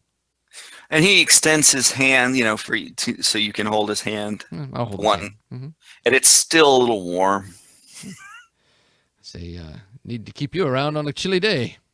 So it's warm. Okay, so the thing about Renfield's hand is that Renfield himself looks a little clammy. Okay, his skin would normally be cold and clammy, but it's been heated up, so it's warm and clammy. Okay. And it's kind of got that wet fish feel where, if you've taken a fish and you've like broken all the bones in it, bend it back and forth, a little bit. So it's just kind of doing that kind of weevil wobble thing, and it's still in your hand. So I kind of, I'll give it a bit. But it's warm. Yeah. That's not creepy at all. And I'll kind of give it a little bit of a squeeze. And as my fingers like sink into the flesh, I kind of shiver. And then, and I put some more pep in my step, and I just kind of make my way towards the where his mother is. So, Mr. Pumpernickel, what are you up to? Leading his lordship to the parlor. Okay, so he has put on his silk robe, and he's wearing his slippers, and he's also got his pipe with him, and he's making his way across, and he looks down and goes, "Dear God, what's happened to the carpet?" Whatever do you mean, sir? There seems to be some singes here. I'll get down and I'll look. Yeah, it looks like a piece of coal has been dragged across, part of the carpet there on the floor.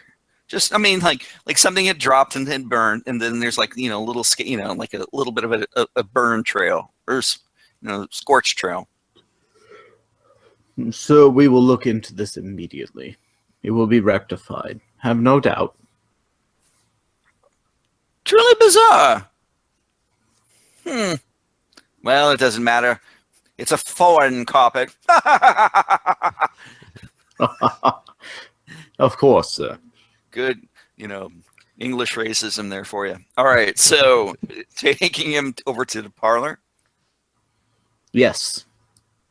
All right, so I wanted to make sure that I'm understanding this. You're taking the man in, the lord of the house in his bathrobe, not wearing anything underneath it, into the parlor. Ah, yes. You don't have to do anything. I'm just curious to make sure. No. That's a realization that just hit me. Sir, might it be prudent to don some evening attire for the festivities? Do you think I need better shoes? No, sir. Perhaps an entire ensemble. Quite right. What do you, oh, dear God, Bosley's the one who normally picks these things. Bosley! And he rings the bell. Ding, ding, ding, ding. That's quite all right, sir. I could step in if need be. Ooh. All right. So what are you specifically doing? I'm going to help his lordship choose an evening attire. Okay, so in order to do that, you're going to need to take him to his bedroom, the master bedroom, of course. Yes. Okay, so what you're doing right now, by the way, is that you are officially doing what Bosley should be doing, and that's perfectly fine.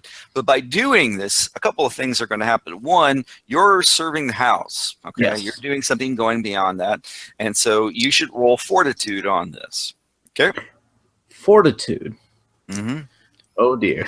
I believe my fortitude is a -1. That's fine.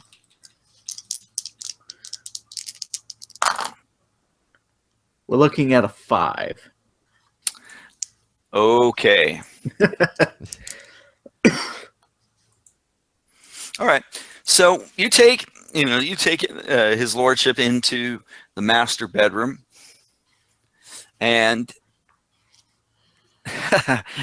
and you take the robe, of course, as he, and he's standing there, in his socks and his garters and his slippers, and not a whole lot beyond that.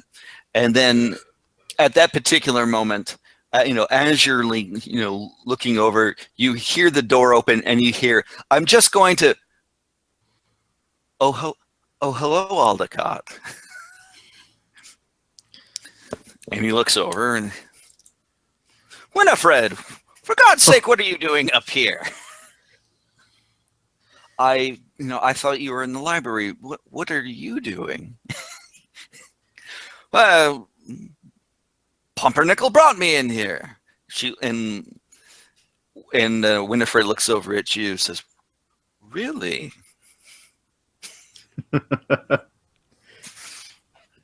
My dear lady, his lord is dressing at the moment. And he's looking around. "Something going on that I don't understand." And Winifred's just looking at the situation. Why are you changing at this? And as she's trying to get her words out, you hear a knock on the bedroom door. And it's Daffodil. And she says, "Aldi, are you in there?" "In here, darling." And she opens the door and she goes, "I was just wanting to," and she looks over at her sister, and then she's looking at Aldecott, and she's looking at you, and she's looking at Aldecott, and she's looking at her sister. "Well, this is interesting," she says. My lady, your husband was just dressing for the evening, and it seems your sister has happened upon us. "Very well." And she just gets this very quiet smile on her face as she closes the door. Miss Winifred, I would ask that you give us some privacy in order for the lordship to change for the evening. Was there something you needed? I was just looking for Renfo. I thought he was playing some sort of hide-and-seek game. I'm afraid I have not seen the young master. "Very well." And she just looks at, she's looking at places on Lord Blackwood that she should not be looking at, but he's not bothering to cover himself up. So, she goes, she steps out of the bedroom as well. And Aldecott looks over at you or Lord Aldecott looks at you as the door closes and goes, "Why is everyone acting like a damn fool tonight?"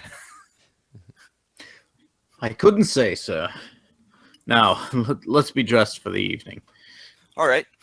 Meanwhile, down in the kitchen, Mrs. Avery, what are you doing? I am just talking to Jenkins, and I'm continuing to cook. Like, "Oh, Jenkins, you're gonna have a great feast tonight." All right. And as you do so, strangely enough, Lady Daffodil comes back down, and she's very quiet.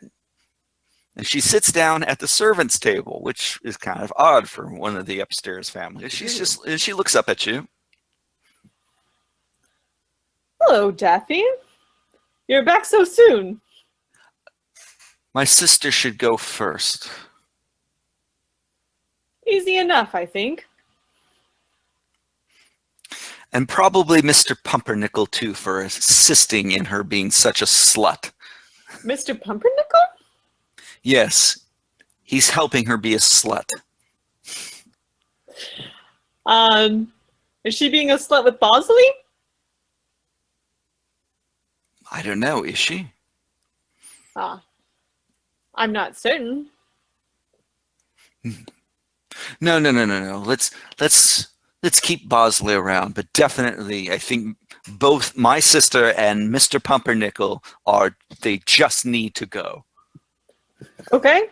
In addition to the Lord and Matilda? Yes, and this has to happen tonight. Okay. This is a little more than I originally thought. Okay. But I will take care of it. Anything for you. Bosley, what are you up to? I'm looking for the butler. I've been looking all over. I've got the little boy with me. So I'm looking for the mother and the butler. Okay. So as you're looking around, the doorbell rings. Okay. he says, finally bringing the last of the NPCs. Okay. And so I as I'm standing there, I look around and the doorbell rings, and I turn and I look and I turn and I look and I say to the kid, Renfield, it looks like you have to find your mom yourself. I don't know where Mr. Pumpernickel is, but apparently I need to answer the door too. I'll walk over and answer the door. And there is sitting this or standing there, I'm not sitting, is this 8-year-old that's wearing like a newsboy cap, and his face looks like it's been, okay, the best way to describe it is that it looks like his face has been washed, but nothing else on his skin has been. Like basically, they cleared that area and the rest of it's still covered in soot and grime and dirt. Okay. And his nose is like a little bit wet. All right. I'll open the door. I'll like look over his head and then I'll look down at him and then I'll go, yes. I'm here for the birthday party. All right. I'll step aside and I'll just kind of point towards the parlor and I'll say, it's in there. Is there anything to eat? Yeah, it's in there. We need to get you cleaned up before make you more presentable. Here, let's take you to Mrs. Avery. She'll know what to do with you. I've already had me bath this month. Yeah. So I smell. Come on. Is there anything to eat down here? I'm taking you to the kitchen. Shut up. Don't touch me with that hand. It's all right. He's just wiping along the stairwell as you go. Oh, that's fine. All right. So, yeah, I'll just kind of guide him towards the kitchen. Okay. So, Mr. Avery, I'm sorry. Mr. Bosley is coming down, Mrs. Avery, and he's got this very dirty-looking kid, with him as well. I say, Mrs. Avery, I don't know what to do with this ragamuffin. But and you think I do? All right, is she alone? Jenkins is kind of like lurking around in the corners and in the shadows. Do I notice anything different about Jenkins? Jenkins is wearing a clean shirt that doesn't seem like it fits. Okay, Mr. Jenkins, aren't you the epitome of dashing good looks today? New shirt. I see that. And someone stitched an S on it, I see. New shirt. Is that for shirt? The shirt didn't have an S. I thought the handkerchief did. Just a handkerchief. Oh, okay. Yeah. My bad. Okay. All right. I'll see. New shirt. New shirt. I see. Then I'll just ignore him and I'll look at Mrs. Avery. He's trying to fly away. Yes, this is one of the guests, and since we don't have a maid anymore, and God knows where the butler is, then I figured he would come here. He's asking for food. You got anything to eat? Yeah, it's in the pantry right there. No one goes in my pantry but me and Jenkins. Oh. Here, have an oyster. Nice. That was anticlimactic. Completely random. An oyster. Okay. I have a menu. That's fine. You hand him like a half oyster or the full oyster. I don't know anything about oysters. There's nothing wrong with an oyster. You can definitely hand over The next one's much better. I'll hand him a fried smelt. All right, and he's eating it. Could I have no one? And I just like move the plate towards him. And I'll say, I move it back and I say, once the party starts, go on to the parlor. All right. So what do you do? Me? Eric. I'm asking the group here. Oh, okay. So I'm like, what on earth is that smell? What are you cooking down here? Don't you worry about it. Smells like a distillery down here.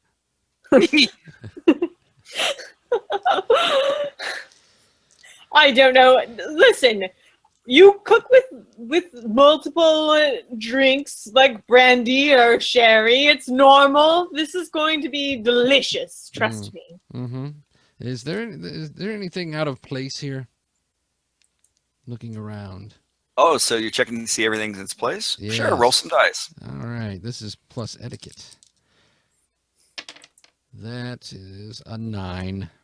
Okay, ask your question. Where is that strange smell coming from? Oh, well, which strange smell are we speaking of? It's smell. It's a. I know what cooking sherry smells like, and this is not cooking sherry. Oh, that particular smell. Yeah, that's The coming from truffles. that. There's two sources of that particular non-cooking sherry smell.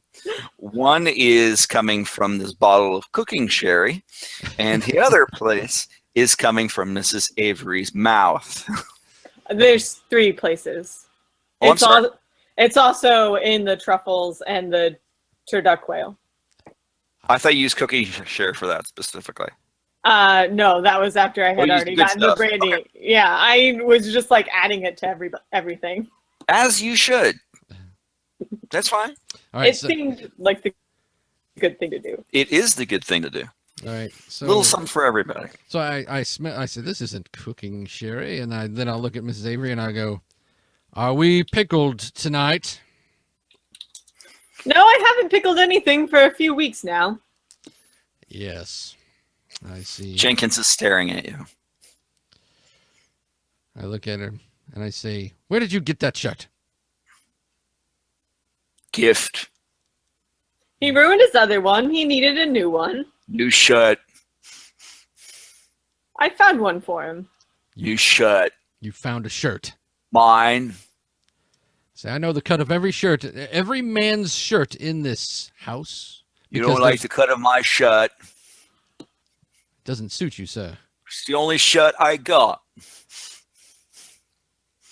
Well, perhaps a burlap sack would be more of your liking. No sack shut. Yes, keep doing that. You're going to rip out the armpits. Now he does something weird. Oh, now. He looks over at Avery with a strange look in his eye, as if he's waiting for something.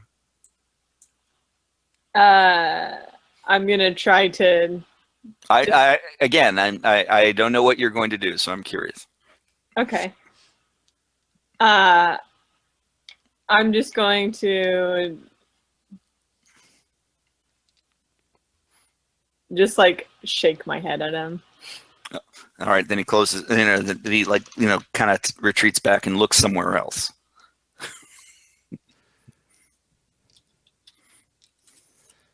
Mrs. Avery, I must say that is the most realistic-looking lamp cake I've ever seen. Why, thank you. I've spent all afternoon on it.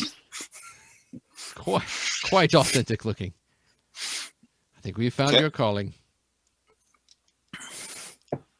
Just wait until you taste it. It'll be shocking. Wow. I bet. Have you seen Mr. Pumpernickel at all? I actually have not. What about his lordship? I have not seen him either. Very well. Okay. I will. Now that I'm free of all children at this point, I will go and try and find his lordship. All right. So remember, you still have the little ragamuffin here. Oh no, by I'm the way. leaving him with Avery. Oh, good. I'm shooing him to the parlor. All right. So basically, we're both not claiming this kid and letting him roam the house. All right. So let me make sure I understand where everybody's at. So Matilda's still locked up with the chair holding her back in the door, or against the doorknob. Renfield's somewhere. Nobody knows for sure where. The little ragamuffin, the village kid, you're just taking him up to parlor as well. That's the plan. Okay, I'm just trying to make sure I got all this in my head. So Lord Blackwood had a little incident, but now he's getting dressed. And then, let's see, Lady Blackwood came down, talked with Mrs. Avery, made a dinner request. Then quietly walked away. And okay, so now I know where everybody's at. So what are you specifically doing, Mrs. Avery? Let's see. I have to figure out how to kill 4 or so people, 4 to 6 people in a short amount of time. I can probably... Considering you're handling all this poultry and like raw food, there's plenty of things you could do. Well, yeah, I was considering poisoning them, but then it's really obvious that it was the cook. Yeah, but it's also a question of, like, you know, you do have a reputation of being bad with duck. Oh, so, yes, and there is duck. Yes. Okay, so I'm gonna take my turduck quail. Your turduck quail. Out of the oven. And I'm going to get rid of the tur and the quail because I want to make sure everyone's eating the duck. Of course. Because, you know, people don't like my duck. So if there's other options, they won't eat it. True. So I'm going to do that. And then I'm going to do something. That was another wink. Very good at winking. To the duck. You're winking at the duck. No, I'm not winking at. I was winking at you.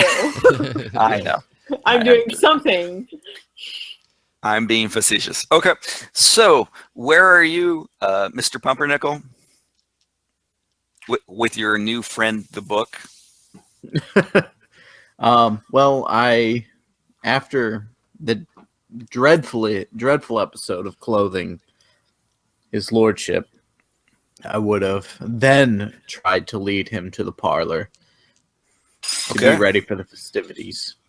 Okay, so you lead him down to the parlor, and there are the 2 sisters, and they are sitting on opposite ends of the bed of the parlor, and they're not speaking to one another, and they're not looking at one another, and there is Renfell just kind of like looking at everything.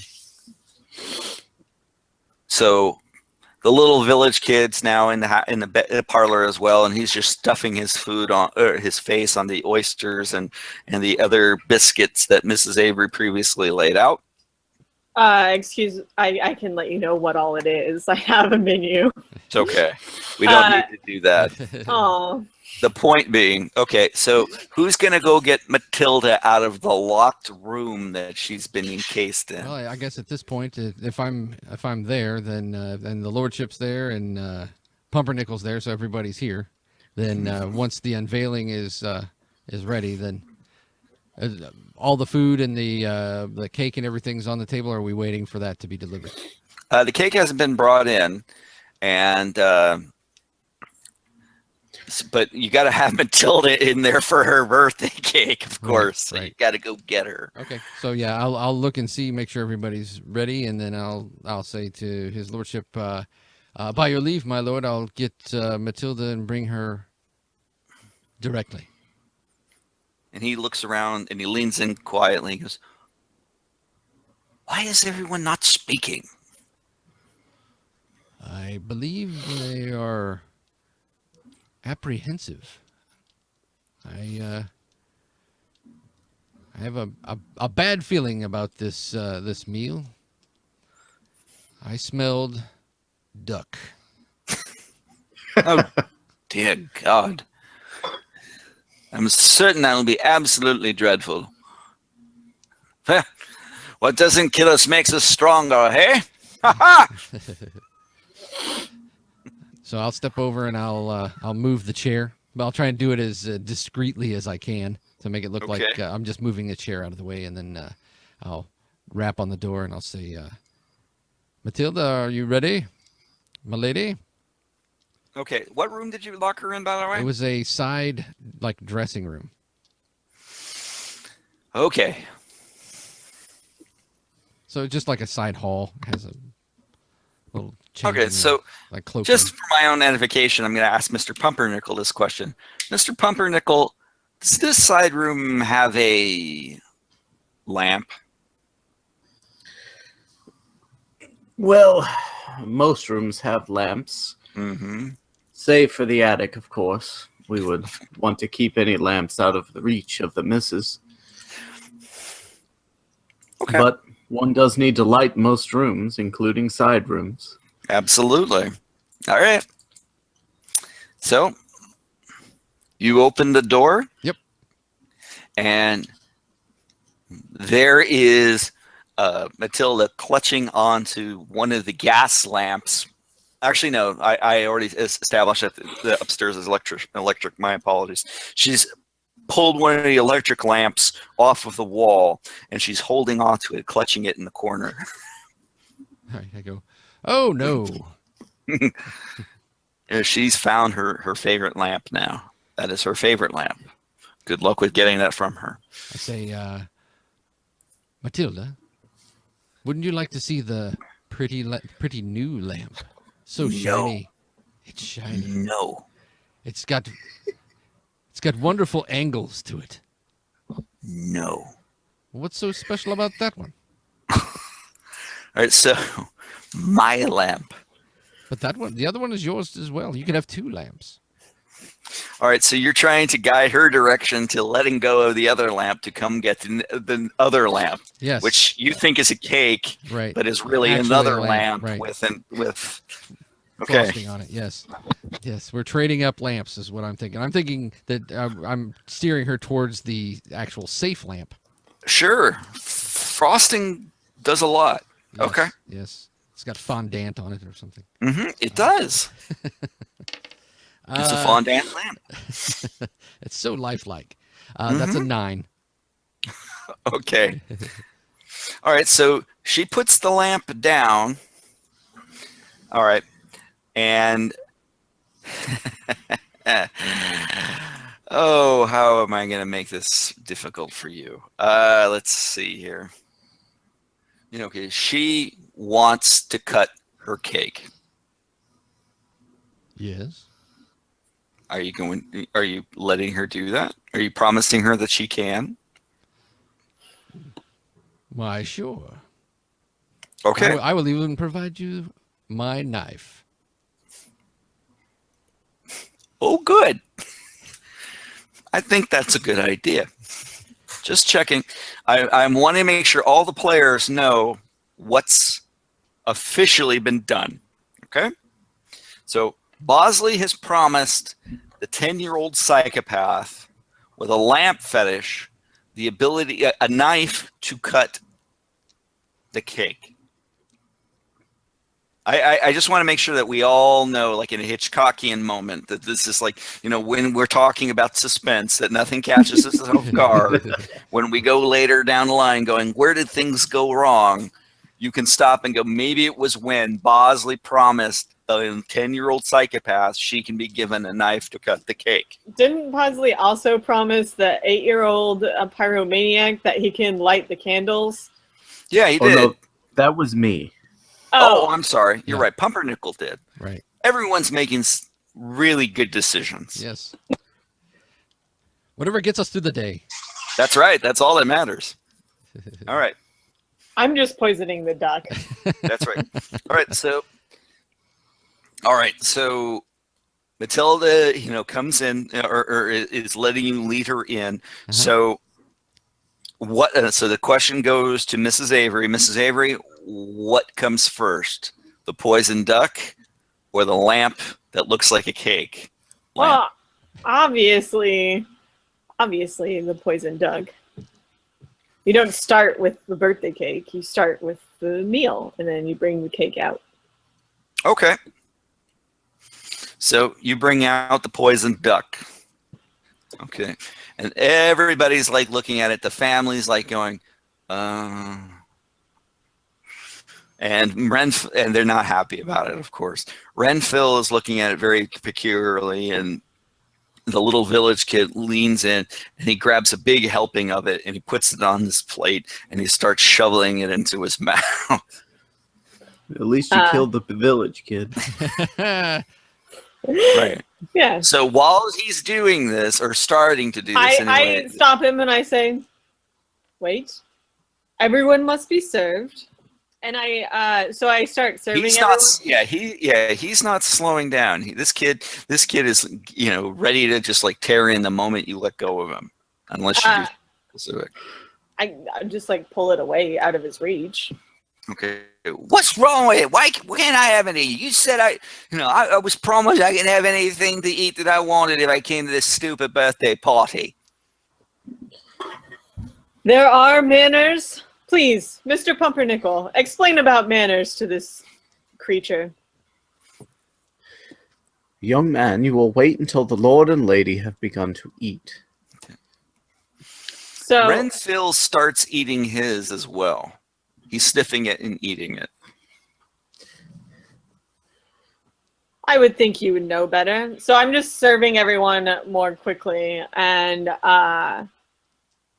Okay.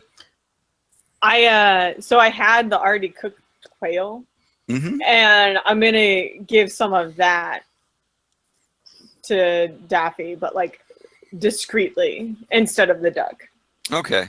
So everybody's, hesitating from eating the duck, except for Renfield, who doesn't know any better. Lady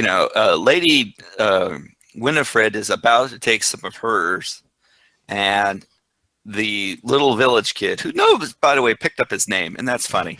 So Nobody cares. and it's not going to matter in a few minutes anyway, because he starts, grasping onto his throat. And bubbles are starting to come out, out of his mouth, and he's, starting hacking up, coughing, as he, blood is starting to spew from his face, from, the poisoned duck. And Renfield's still just eating it. I look at the kid frothing and I go, hey, none of that here. Lady Winfred is starting to clutch at her stomach, and you can tell that, she hasn't eaten a lot of it, but she's starting to get very, obviously get a little bit ill here from what's going on. So everybody's looking at it going, trying to figure out, while Renfield is still eating away. He has no problem eating this. Just wow. Has the Lord started eating? No, he's looking at it, at what's happening, and he's just watching the kid starting to convulse, and he's thinking about it, and he goes, Pumpernickel, Ausley, take him to the library. As you wish, sir. Come now, young man. We only have a few minutes. And he throws off the rope, and he's like hustling down the hallway, buck naked, as he's running off. So what are you guys doing? Wait, so he did never get dressed? No, he was. Oh, I'm sorry. He's stripping his clothes off as he's going. I apologize. I thought Kevin dressed him. Yes, he did. All right. So he's really hurrying up, so that way, because now he's got like somebody to to be able to be part of what he's planning here. Bosley, make sure that young Matilda eats her cake. I believe young Renfield wanted to light the candles as well. I'll see to the master. Renfield's still eating the duck. I look at the kid and I go, well, it looks like you could have all of it. Nobody else wants any. And he's still eating it away. I'll take the dying villager child to Lord Blackwood's study. Come now, don't dawdle. All right. Meanwhile, what are you doing, Mrs. Avery? Well, my first plan failed. Well, how is Winifred doing? Well, Winifred has started doing, she's getting obviously very sick, so, because she didn't have a whole lot of it. I'm going to tell her. You're left alone right now with Winifred, and you're left alone with Renfield, who, is picked up his plate and he's walking out, to follow after the staff who've taken the poison children. So it's you, Winifred, and Lady Daffodil. And Matilda, right? And Matilda. All right. So I'm going to tell Winifred that I have. I say, "Oh, I'm so sorry. This sometimes happens with the duck. Please come with me to the kitchen. I have something that can fix this." You're taking Winifred into the kitchen? Yeah, where Jenkins is. Oh, even better. So he's taking her, and Daffodil's coming, following along, and Renfield's sitting there eating, or actually he's followed after the adults who are taking the dying child into the library. And Matilda's left alone. With a knife and the cake. No, the cake's not out yet. Oh, okay. So just with a knife. Yeah. That's fine. Well, Where did Bosley go? I thought Bosley and Avery were. Where did Bosley go? We'll ask. I'm sorry. Well, if Pumpernickel is having no problems with dragging the child, then and well, he is convulsing and dying. Right. And right. So I think that Pumpernickel told me to stay here and mind the child, but I'm going to stay with the Lord. I think I'm just going to disregard what Pumpernickel said and just go follow behind and see if I can assist the Lord in what he's doing. Okay. So I am going with them. So, all right. So first and down in the kitchen. All right. So what are you doing with Winifred, Avery? I am going to lead her to Jenkins, and I'm going to say, "Jenkins will take good care of you. Won't you, Jenkins?" And he's looking over at you expectantly. "Yes, Jenkins. It's time." Okay. And so Jenkins goes right for her throat and starts ripping it away like clawing, just tearing the pieces out of it. Just blah, blah, blah, blah, blah, blah, just chewing it as she's screaming and wailing away. And as this happens, Lady Daffodil is just sitting here watching this with wide-eyed. Oh, I didn't realize she came with us. Yes, she did. Oh. And after this happens for a few minutes, Jenkins, lowers the body down on the ground with its throat and completely eviscerated, and it's like chewing on the parts. And Lady Daffodil says, "My God, what is your name, dear?" To me or to Jenkins? To Jenkins. Okay. Goes, "Jenkins, you're so strong." Getting twat blocked. Meanwhile, upstairs, wow, in the library, getting twat blocked. Good. Okay. So, in the library, Blackwood is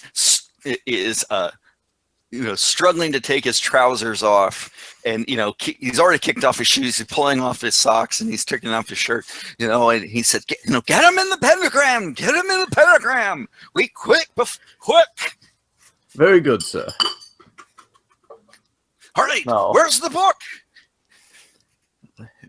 I have it on my person as we speak. Now Quick. pull out the book. Okay. Read it aloud. Read it aloud. Good God, man! Read it aloud. I'll open it up. Does it just say no? I was waiting for something bigger. Yeah. That's what it says. Come now. We need your help. The master does desire it. The kid's flopping. I just put my foot on his chest. Of course I'm daft piece of paper. Hurry up, Pumpernickel. Of course you're special. You're the only book that's ever spoken to me. Now, please. Have you lost your wits, man? Please be quiet, Bosley. Yes, I've had occasion to dabble with other books, other manuscripts, but none like you. You're the only one. You're the only one who's ever actually spoken back. Now, please, the master has need of us. Make yourself useful. It is indeed our purpose in this house to make ourselves useful, is it not? This is The only way you'll prove your specialness to me is to make yourself useful to me in this moment. All right. So what do you do specifically? Well, the master wanted me to read from the book. Okay. Your lordship, what is it supposed to read for me? What portion am I supposed to read? Well, read the thing. Read. Just. All right. He reaches for the book, and the book like pulls away from him in your hand. I promise you, master, it is not my doing. Please, help me complete the master's ritual. What must I say?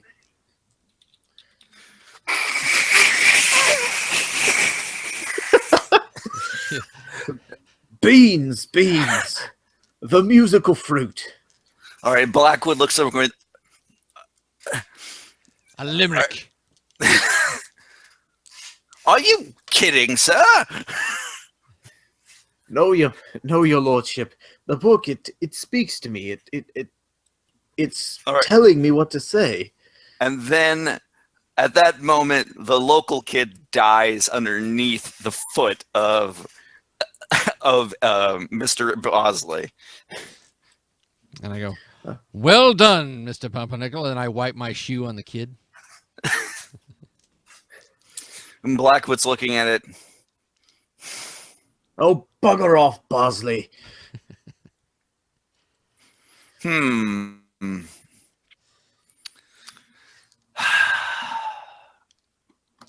he looks around and says, "Well, there's always other village children." And he stops and he starts thinking about it. "Well, I suppose we should just have the birthday party and call it a day." Oh, dear God, where is Matilda? I believe she was in Bosley's care, my lord. Bosley? Yes, my lord. Where's Matilda? I believe she was in the parlor. She was going to cut a cake. With a knife? I believe so, sir. All right, and Blackwood looks over at you, Pumpernickel, in that horrid look, that shocked look. "Come on, man!" And he slips on his slippers, and not the bathrobe, of course, but he's like running down in his slippers, and with his sock garter still flapping around his legs, although he has managed to remove his socks. And then you get to the library, and you can see Matilda's there, and she's daintily cut a piece of the lamp cake, or the lamp, really, cut it up, and she's sitting there chewing away, and the cord is hanging from her mouth, and she looks over at you guys and goes, "This is the best birthday ever." And that's game. Yay. We did it! Mr. Pumpernickel, did you kill Soul? Sewell. Sewell. Mr. Whatever. Sewell. Mr. I absolutely did. Yeah. I obviously found the clue that he did that really early on, but then I didn't see him the entire game.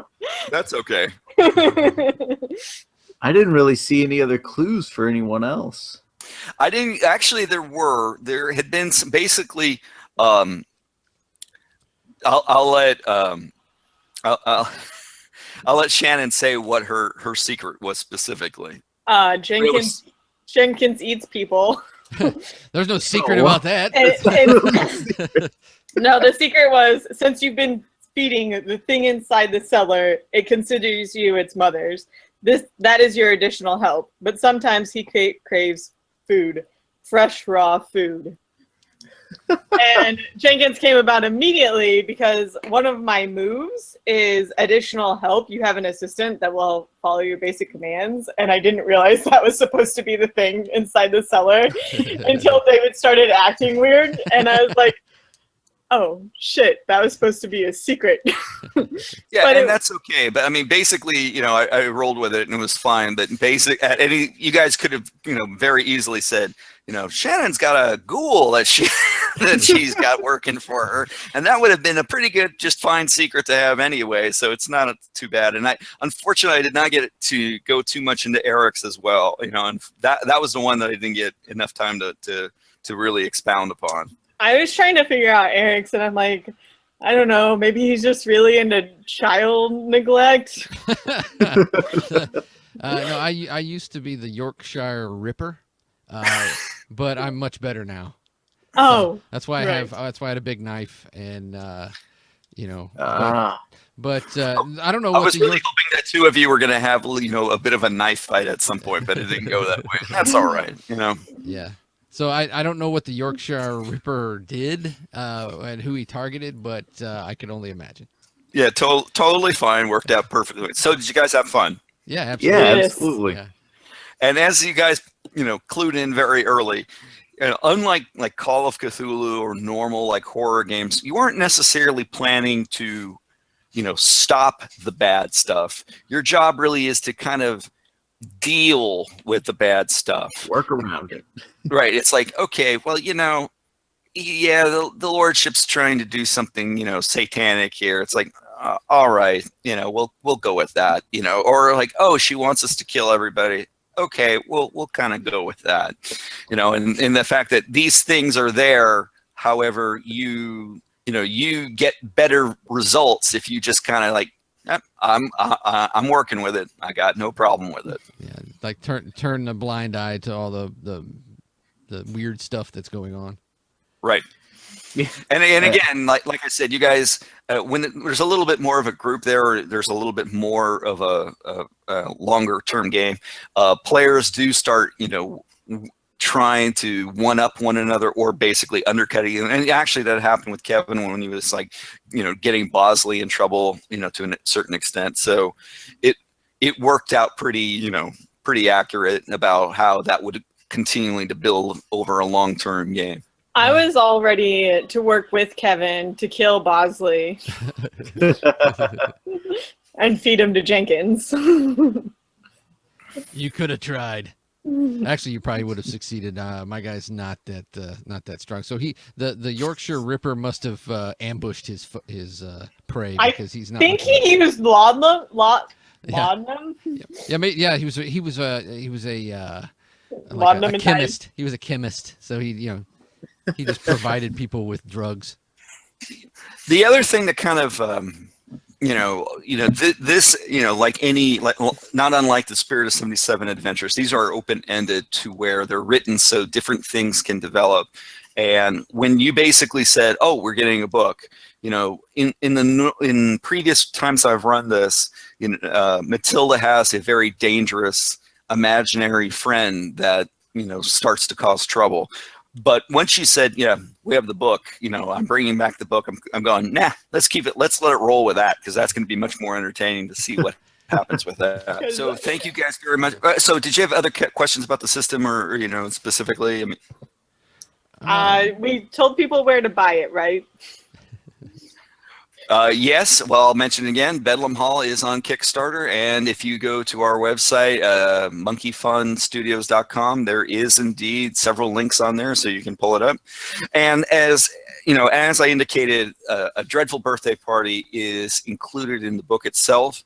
We've reached the goal where, you know, in the first terrible tale, which is the second adventure, will be available to those. It will be included as part of the backer level. So that one's called An Unsettling Tradition, which it brings out very strange things in people. And the one that we're currently working on, the second terrible tale, will either be Pride and Prescience, which involves bringing a psychic into the household, or a continuation of horrible events where 3 orphans are brought into the house after their last guardian was killed by a crazy actor. So Wow. it'll be one of the And two. We'll see. If the Kickstarter gets over 20,000 and Gruel Truck becomes available, I will make myself available for a Gruel Truck playtest. Oh, excellent. And actually, no matter what happens, Eric has been assured he is getting his Gruel Truck. He is getting his halfling food truck. Yes, we'll definitely have to do that also. So, well, thank you everybody for joining us. Thank you, David, for running this for us. It's like you said, it's the Kickstarter's going on right now. So if you could all you do is click over and back it right now. It's going to be made, so it's just a matter of time of of getting it in your hands. So, and also, again, I always want to stress, that I have always been very thankful for Gamers Table's long-term support of what we did, both with Spirit of 77. You guys have always been, really strong supporters, and I've always appreciated that, as well as what we're currently doing with Bedlam Hall. And I want to thank you, Kevin, as well. Kevin was one of the first people to reach out saying, I want to do an actual play of this. I want to do that and put that on. So thank you guys. You guys are good people, and I always want to make sure people know that. Well, thanks. Thank you. I have a fun little article on my site right now about Bedlam Hall too, keeping right with the tone. If anyone wants to read it, Melvin Smith's geekery, which I hear got an Emmy Award. Well, it was nominated. It was nominated. Fixed. Just a nomination. And your banner was complimented by the presenter guy. Yes. The artwork that I had nothing to do with drawing. All You props to commissioned the heck out of that. that's right. Commissioned so hard. I did. You spent money, so Wesley it's Hall mine from now. Nightmares PCs is responsible for that, and my avatar. Use whatever you got. It's all good. All right, everybody. Well, thank you so much for joining us. Those of you who watched, appreciate you staying on with us, and we will see you next time.